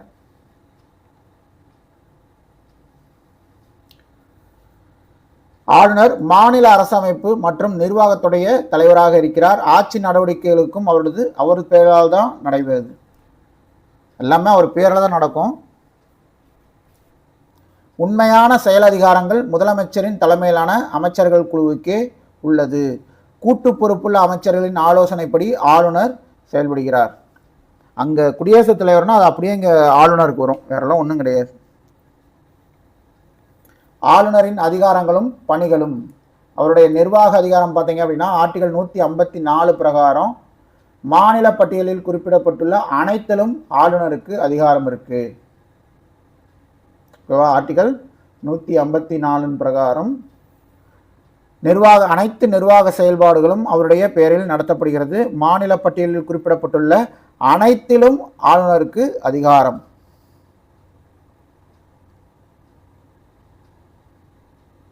அவருடைய நிர்வாக அதிகாரத்தை எந்த ஆர்டிகலுக்கு கீழே செயல்படுத்துகிறாரு ஆளுநர்? 154வது விதியின் கீழ். ஓகேங்களா? அவருடைய நிர்வாக அதிகாரத்தை நேரடியாகவோ அல்லது அவருக்கு கீழுள்ளவர்கள் மூலமாக எப்படி செயல்படுத்துகிறார்? விதி 154ன் கீழ் செயல்படுத்துகிறார். பெரும்பான்மை கட்சி வந்து யார் ஜெயிச்சு வராங்களோ அவங்களுக்கு வந்து பார்த்திங்கன்னா முதலமைச்சராக பதவி பிரமாணம் செய்து வைக்கிறாரு. அதுக்கப்புறம் பார்த்திங்கன்னா முதலமைச்சருடைய பரிந்துரையின் பேரில் மற்ற அமைச்சர்களுக்கு வந்து மற்ற அமைச்சர்களை நியமனம் பண்ணுறாரு. ஆக்சுவலாக வந்து பார்த்திங்கன்னா அமைச்சர்கள் அப்படின்றது பதவி வகிக்கிறது அப்படின்றது ஆளுநர் விரும்பும் வரைன்ற மாதிரி இருக்கும். அப்படி கிடையாது. முதலமைச்சர் விரும்பும் வரையில் மட்டுமே அமைச்சர்கள் அப்பதவியில் இருப்பர். ஏனெனில் முதலமைச்சர் ஆலோசனைப்படித்தான் ஆளுநர் செயல்படுகிறார். மாநில அரசின் தலைமை வழக்கறிஞர், மாநில பொதுப்பணி ஆணையத்தின் தலைவர் மற்றும் உறுப்பினர்களை ஆளுநர் நியமிக்கிறார். யார் யார?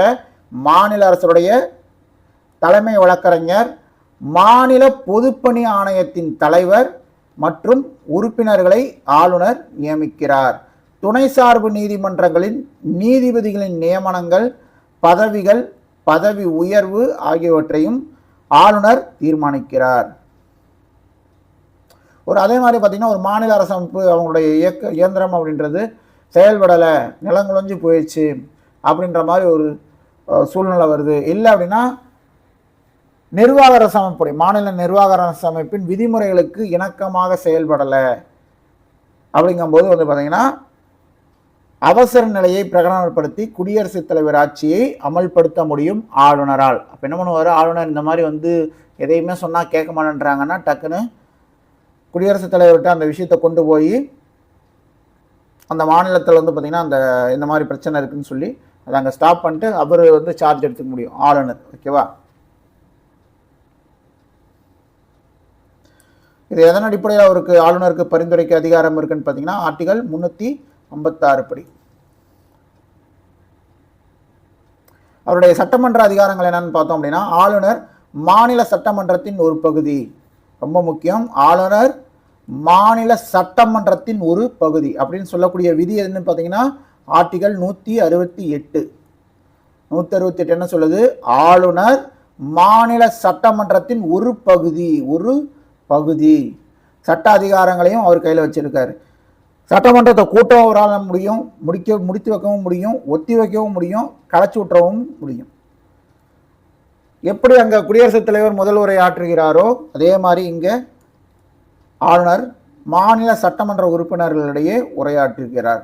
ஆளுநரின் அனுமதியின்றி முன்வரைவும் சட்டமாக்க முடியாது. எந்த ஒரு முன்வரைவையும் சட்டமாக்கணும் அப்படின்னா நிச்சயம் ஆளுநர் அவருடைய ஒப்புதல் அப்படின்றது ரொம்பவே அவசியம். சட்டமன்றத்தால் நிறைவேற்றப்படும் முன்வரைவுகள் ஒப்புதலை தரவோ நிறுத்தி வைக்கவோ குடியரசுத் தலைவரின் கருத்திற்காக ஒதுக்கி வைக்கவோ ஆளுநருக்கு அதிகாரம் இருக்குது. மறுபரிசீலனை செய்யுமாறு ரிட்டன் அந்த சட்டப்பேரவைக்கு அனுப்புறதுக்கும் பார்த்திங்கன்னா ஆளுநருக்கு ரைட்ஸ் இருக்குது. ஏதோ டவுட்டாக இருக்குது, இந்த மறுபரிசீலனை செய்யுங்க அப்படின்ட்டு ரிட்டன் அனுப்பலாம். அது யாருக்கு அனுப்புவார்? அவை நடுவருக்கு. இப்போ ஃபார் எக்ஸாம்பிள் பார்த்திங்கன்னா இப்போ இந்த சினாரியோ இங்கே நடக்குதுன்னா யாருக்கு அனுப்புவாங்க? சபாநாயகராக இருக்கக்கூடிய திரு அப்பாவு அவர்களுக்கு அனுப்புவாங்க. திருப்பி அந்த சட்டமன்றத்தில் அதே விஷயம், ஓகே நீ சொல்கிறியா, சரி ஓகே என்ன பிரச்சனை இருக்குன்னு நான் பார்க்குறேன் அப்படின்னு பார்த்து திருத்தினாலும் ஓகே, இல்லை திருத்தாமே நீ என்ன சொல்கிறது அப்படின்னு சொல்லிட்டு திருப்பி சட்டமன்றம் அந்த தீர்மானத்தை முன்னுரைவை நிறைவேற்றி அனுப்புனாங்க, ஆளுநருடைய அந்த ஒப்புதலுக்கு அனுப்புனாங்கன்னா ஆளுநருக்கு இந்த டைம் வேறு சாய்ஸே கிடையாது. நிச்சயம் ஆளுநர் தனது ஒப்புதலை அளித்தே ஆக வேண்டும். ஆர்டிகல் 213 என்ன சொல்லுதுன்னு பார்த்தீங்கன்னா 213 சட்டமன்றம் அமர்வில் இல்லாத காலத்தில் ஆளுநர் அவசர சட்டம் பிறப்பிக்கலாம். நம்ம அங்கே பார்த்துருப்போம் குடியரசுத் தலைவருக்கு 1, 2, 3ன்னு பார்த்துருப்போம். இந்த 2 முன்னாடி கொண்டு 1 பின்னாடி கொண்டு வந்தோம்னா 2, 1, 3 அதுதான் பார்த்தீங்கன்னா ஆளுநர் அவருடைய அவசர சட்டம் அதிகாரம். இந்த மாதிரி ஒரு சட்டம் ஆர்டினன்ஸ் அவர் பாஸ் பண்ணுறாரு அப்படின்னா மாநில சட்டமன்றம் அதை அக்ரி பண்ணாமே அது இதில் இருக்குமா, நடைமுறையில் இருக்குமான்னு பார்த்தீங்கன்னா அப்படிலாம் கிடையாது. மாநில சட்டம் கூடுனதுக்கப்புறம் கூடுனதுலேருந்து 6 வாரத்துக்குள்ளாக பார்த்தீங்கன்னா அவர் பாஸ் பண்ண ஆர்டினன்ஸுக்கு ஆளுநர் பாஸ் பண்ண அந்த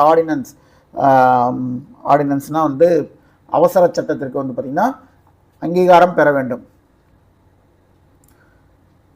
மாநில சட்டமன்றம் 2 அவைகளை கொண்டிருந்தால், இப்போ மேலவை கீழவை அப்படின்ட்டு எம்எல்சி எம்எல்ஏ அப்படின்ற மாதிரி 2 சபை இருந்துச்சு அப்படின்னா மேலவைக்கு பார்த்திங்கன்னா 6ல் 1 பங்கு உறுப்பினர்களை ஆளுநர் நியமனம் பண்ணுவார்.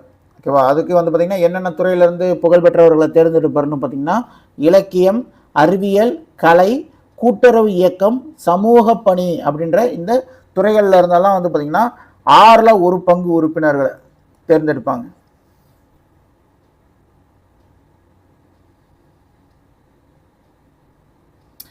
இதுவே கீழவைன்னு சொல்லப்படக்கூடிய சட்டப்பேரவையாக இருந்துச்சுன்னா அதற்கு ஒரு ஆளை நியமிப்பார். யார்?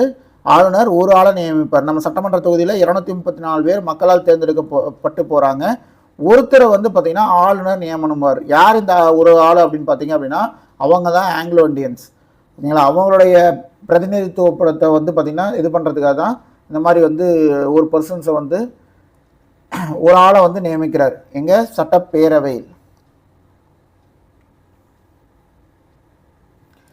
அடுத்து அவருடைய நிதி அதிகாரம் என்னன்னு பார்ப்போம். நிதி அமைச்சர் வரவு செலவு திட்டத்தை அறிக்கையை சமர்ப்பிக்கிறார். ஆளுநரின் முன் ஒப்புதல் இன்றி இந்த மாதிரி இதை பார்த்திங்கன்னா நிதி சார்ந்த ஒரு விஷயத்தை கொண்டு வர முடியாது. அதற்கு நிச்சயம் ஆளுநருடைய ஒப்புதல் அப்படின்றது அவசியம்.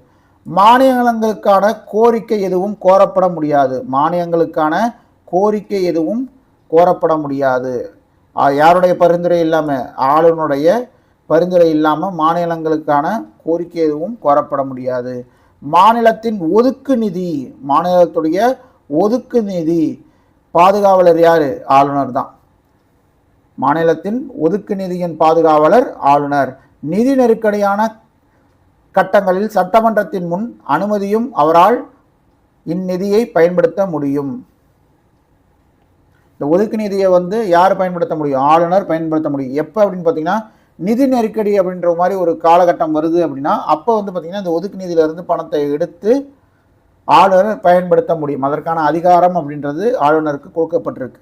நீதித்துறை அதிகாரத்தை பொறுத்த வரைக்கும் அவர் யார் யாரை நியமிக்கிறாருன்னு பார்த்திங்கன்னா மாவட்ட நீதிமன்றங்கள், கிளை நீதிமன்றங்கள், மாவட்டத்துடைய கிளை நீதிமன்றங்கள், சார்பு நீதிமன்றங்கள், இதோடைய பதவி நியமனங்கள், பதவி உயர்வுகள் இது எல்லாமே கண்ட்ரோலில் வச்சிருக்கிறவர் யாருன்னு பார்த்தீங்கன்னா ஆளுநர் தான். இது அவருடைய நீதித்துறை அதிகாரம். அதுபோக உயர்நீதிமன்றத்தின் நீதிபதிகளை நியமனம் செய்யும் போது அவர் இந்தியாவின் குடியரசுத் தலைவரால் கலந்தாலோசிக்கப்படலாம். இப்போ உயர்நீதிமன்ற நீதிபதிகளை நியமனம் செய்கிறாங்க அப்படின்னா அது யார் நியமனம் செய்வார்? குடியரசுத் தலைவர் தான் நியமனம் செய்வார். அப்போ இவர் என்ன பண்ணுவார்? ஓகே, யாரை போடலாம், உயர்நீதிமன்ற நீதிபதியாக யாரை அப்பாயின்ட் பண்ணலாம் அப்படின்ட்டு அந்த டிஸ்கஷனில் வந்து குடியரசுத் தலைவர் கூட கலந்துப்பார். எப்படி அங்கே அவருக்கு வந்து ஆர்டிகல் 72 வந்து பார்த்திங்கன்னா இந்த தண்டனை குறைக்கும் அதிகாரம் குடியரசுத் தலைவருக்கு இருந்துச்சோ அது மாதிரி தான் வந்து பார்த்திங்கன்னா இங்கே ஆளுநருக்கும் தண்டனை குறைப்பதற்கு, மன்னிப்பு வழங்குவதற்கும், நிறுத்துவதற்கும், விலக்குவதற்கும் அல்லது மாற்றுவதற்கும் ஆளுநருக்கு அதிகாரம் அப்படின்றது இருக்குது. அவருடைய விருப்ப அதிகாரம் என்னன்னு பார்த்தீங்க அப்படின்னா, பெரும்பான்மை ஆதரவை பெறாத சூழ்நிலை ஒரு முதலமைச்சரை, புதிய முதலமைச்சரை நியமிக்க முடியும். இதெல்லாம் ஆளுநருடைய விருப்ப அதிகாரம். பெரும்பான்மை ஆதரவை இழந்துருச்சு, இப்போ டிஎம்கே இருக்குது, டிஎம்கே அவங்களுடைய பெரும்பான்மை இழந்துட்டாங்க அப்படின்னா அவங்க பதவி விலகணும்.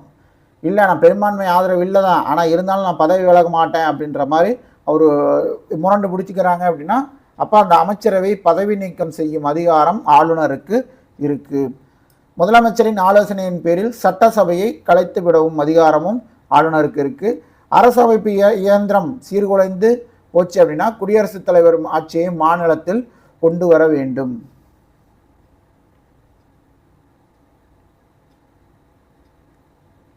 ஸோ லாஸ்ட் பாயிண்ட் தலைமை வழக்கறிஞர். இந்த ஆர்டிகல் 356 நம்ம முன்னாடியே பார்த்துட்டோம், அதே விஷயம்தான். தலைமை வழக்கறிஞர் எப்படி வந்து பார்த்திங்கன்னா உங்களுக்கு மத்திய அரசுக்கு ஒரு தலைமை வழக்கறிஞர் இருக்காரோ அதே மாதிரி மாநிலத்திற்கும் இருக்காங்க. ஒவ்வொரு மாநிலத்திற்கும் மத்திய அரசின் தலைமை வழக்கறிஞருக்கு இணையாக ஒரு அரசின் தலைமை வழக்கறிஞர் நியமிக்கப்படுகிறார். உயர்நீதிமன்றத்தின் நீதிபதியாகும் தகுதி உடையவர்களே ஆளுநர் தலைமை வழக்கறிஞராக நியமனம் செய்கிறார். அங்கே உச்ச நீதிமன்ற நீதிபதி, இங்கே உயர் நீதிமன்ற நீதிபதி ஆகக்கூடியவங்களை மாநில அரசுடைய தலைமை வழக்கறிஞராக நியமனம் செய்யக்கூடிய அதிகாரம் யாருக்கு இருக்குது? ஆளுநருக்கு இருக்குது. இதோட வந்து பார்த்திங்கன்னா இந்த லெசன் அப்படின்றது முடிவடையுது. ஸோ புக் பேக் ஆன்சர்ஸையும் நம்ம பார்த்துடலாம். இந்தியாவின் குடியரசுத் தலைவர் அரசமைப்பு தலைவர். எவ்வாறு இந்தியாவின் குடியரசுத் தலைவர் தனது பதவிக்காலம் முடிவடைவதற்கு முன்பு தனது அலுவலகத்திலிருந்து நீக்கப்படலாம், எந்தெந்த வழியிலிருந்து நீக்கப்படலாம்னு கேட்குறாங்க. நாடாளுமன்றத்துடைய 2 அவைகளில் கண்டன தீர்மானம் நிறைவேற்றுவதன் மூலம் குடியரசுத் தலைவர் தன்னுடைய பதவிக்காலம் முடிவடைவதற்கு முன்பாகவே நீக்கப்படுறதுக்கு வாய்ப்பு இருக்குது. குடியரசுத் தலைவரின் மரணத்தின் போது குடியரசு துணைத் தலைவர் எவ்வளவு காலம் குடியரசுத் தலைவர் பதவி வகிக்கலாம்? அதிகபட்சமாக 6 மாதம். குடியரசு துணைத் தலைவரின் தேர்தல் தொடர்பாக யார் முடிவு செய்கிறார்? நாடாளுமன்றம் தான் முடிவு செய்யும். கேபினெட் அமைச்சரவையில் எந்த அமைச்சர்கள் உறுப்பினராக இருப்பாங்க? கொஸ்டின்லேயே கேபினெட்னு வந்துருச்சு. கேபினெட் அமைச்சரவையில் கேபினெட் தகுதியுள்ள அமைச்சர்கள் தான் இருப்பாங்க. குடியரசுத் தலைவருக்கும் அமைச்சர்கள் குழுவினருக்கும் இடையே தகவல் தொடர்பு பாலமாக இருப்பவர் யார்? பிரதமர் தான். ஸோ குடியரசுத் தலைவருக்கும் அமைச்சர்களுக்கும் மட்டும் கிடையாது, அமைச்சர்களுக்கும் மக்களவைக்கும் இடையே கூட வந்து பார்த்திங்கன்னா உங்களுக்கு தொடர்பு பாலமாக இருப்பவர் பிரதமர் தான்.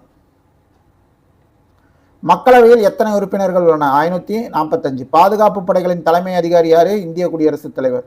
மாநிலங்களவை தலைமை வகித்து நடத்துபவர் யார்? குடியரசு துணைத் தலைவர். அவர் தான் அலுவல் வழி தலைவர். மாநிலங்களவையின் அலுவல் வழி தலைவர் குடியரசு துணைத் தலைவர். மாநிலங்களவையின் மொத்த உறுப்பினர்கள் 250 உறுப்பினர்கள். இந்திய அரசமைப்பின் கீழ் மக்களவையின் நிலை உயர்ந்த நிலை, அதுதான் உச்சபட்ச அதிகாரம் பெற்றது. பின்வரும் அவசர நிலைகளில் எது இதுவரை அறிவிக்கப்பட்டது கிடையாது இந்தியாவில்னு பார்த்தீங்கன்னா நிதி நெருக்கடி. ஆர்டிகல் 360 கீழே வந்து பார்த்திங்கன்னா ஒரு நிதி நெருக்கடியை இந்தியாவில் இது வரைக்கும் அனௌன்ஸ் பண்ணதே கிடையாது. தேசிய அவசர நிலை வந்திருக்குது, மாநில அந்த மாதிரி விஷயங்களும் வந்திருக்கு. பட் நிதி நெருக்கடி அப்படின்ற ஒன்றை இது வரைக்கும் அனௌன்ஸ் பண்ணதே கிடையாது. இந்திய குடியரசுத் தலைவர் யாரை மாநிலங்களவை உறுப்பினராக தேர்வு செய்கிறார்? கலை, இலக்கியம், சமூக சேவை போன்றவற்றில் சிறந்து விளங்கும் 12 நபர்களை மாநிலங்களவை உறுப்பினராக நியமன உறுப்பினர்களாக நியமிப்பார். பட் அவங்களுக்கு வந்து ஓட்டளிக்கக்கூடிய அந்த ஒரு இதெல்லாம் கிடையாது, பவர்லாம் கிடையாது. பிரதமர் எதோடைய தலைவர்? அரசாங்கத்தின் தலைவர். அரசின் தலைவர் குடியரசுத் தலைவர், அரசாங்கத்தின் தலைவர் பிரதமர்.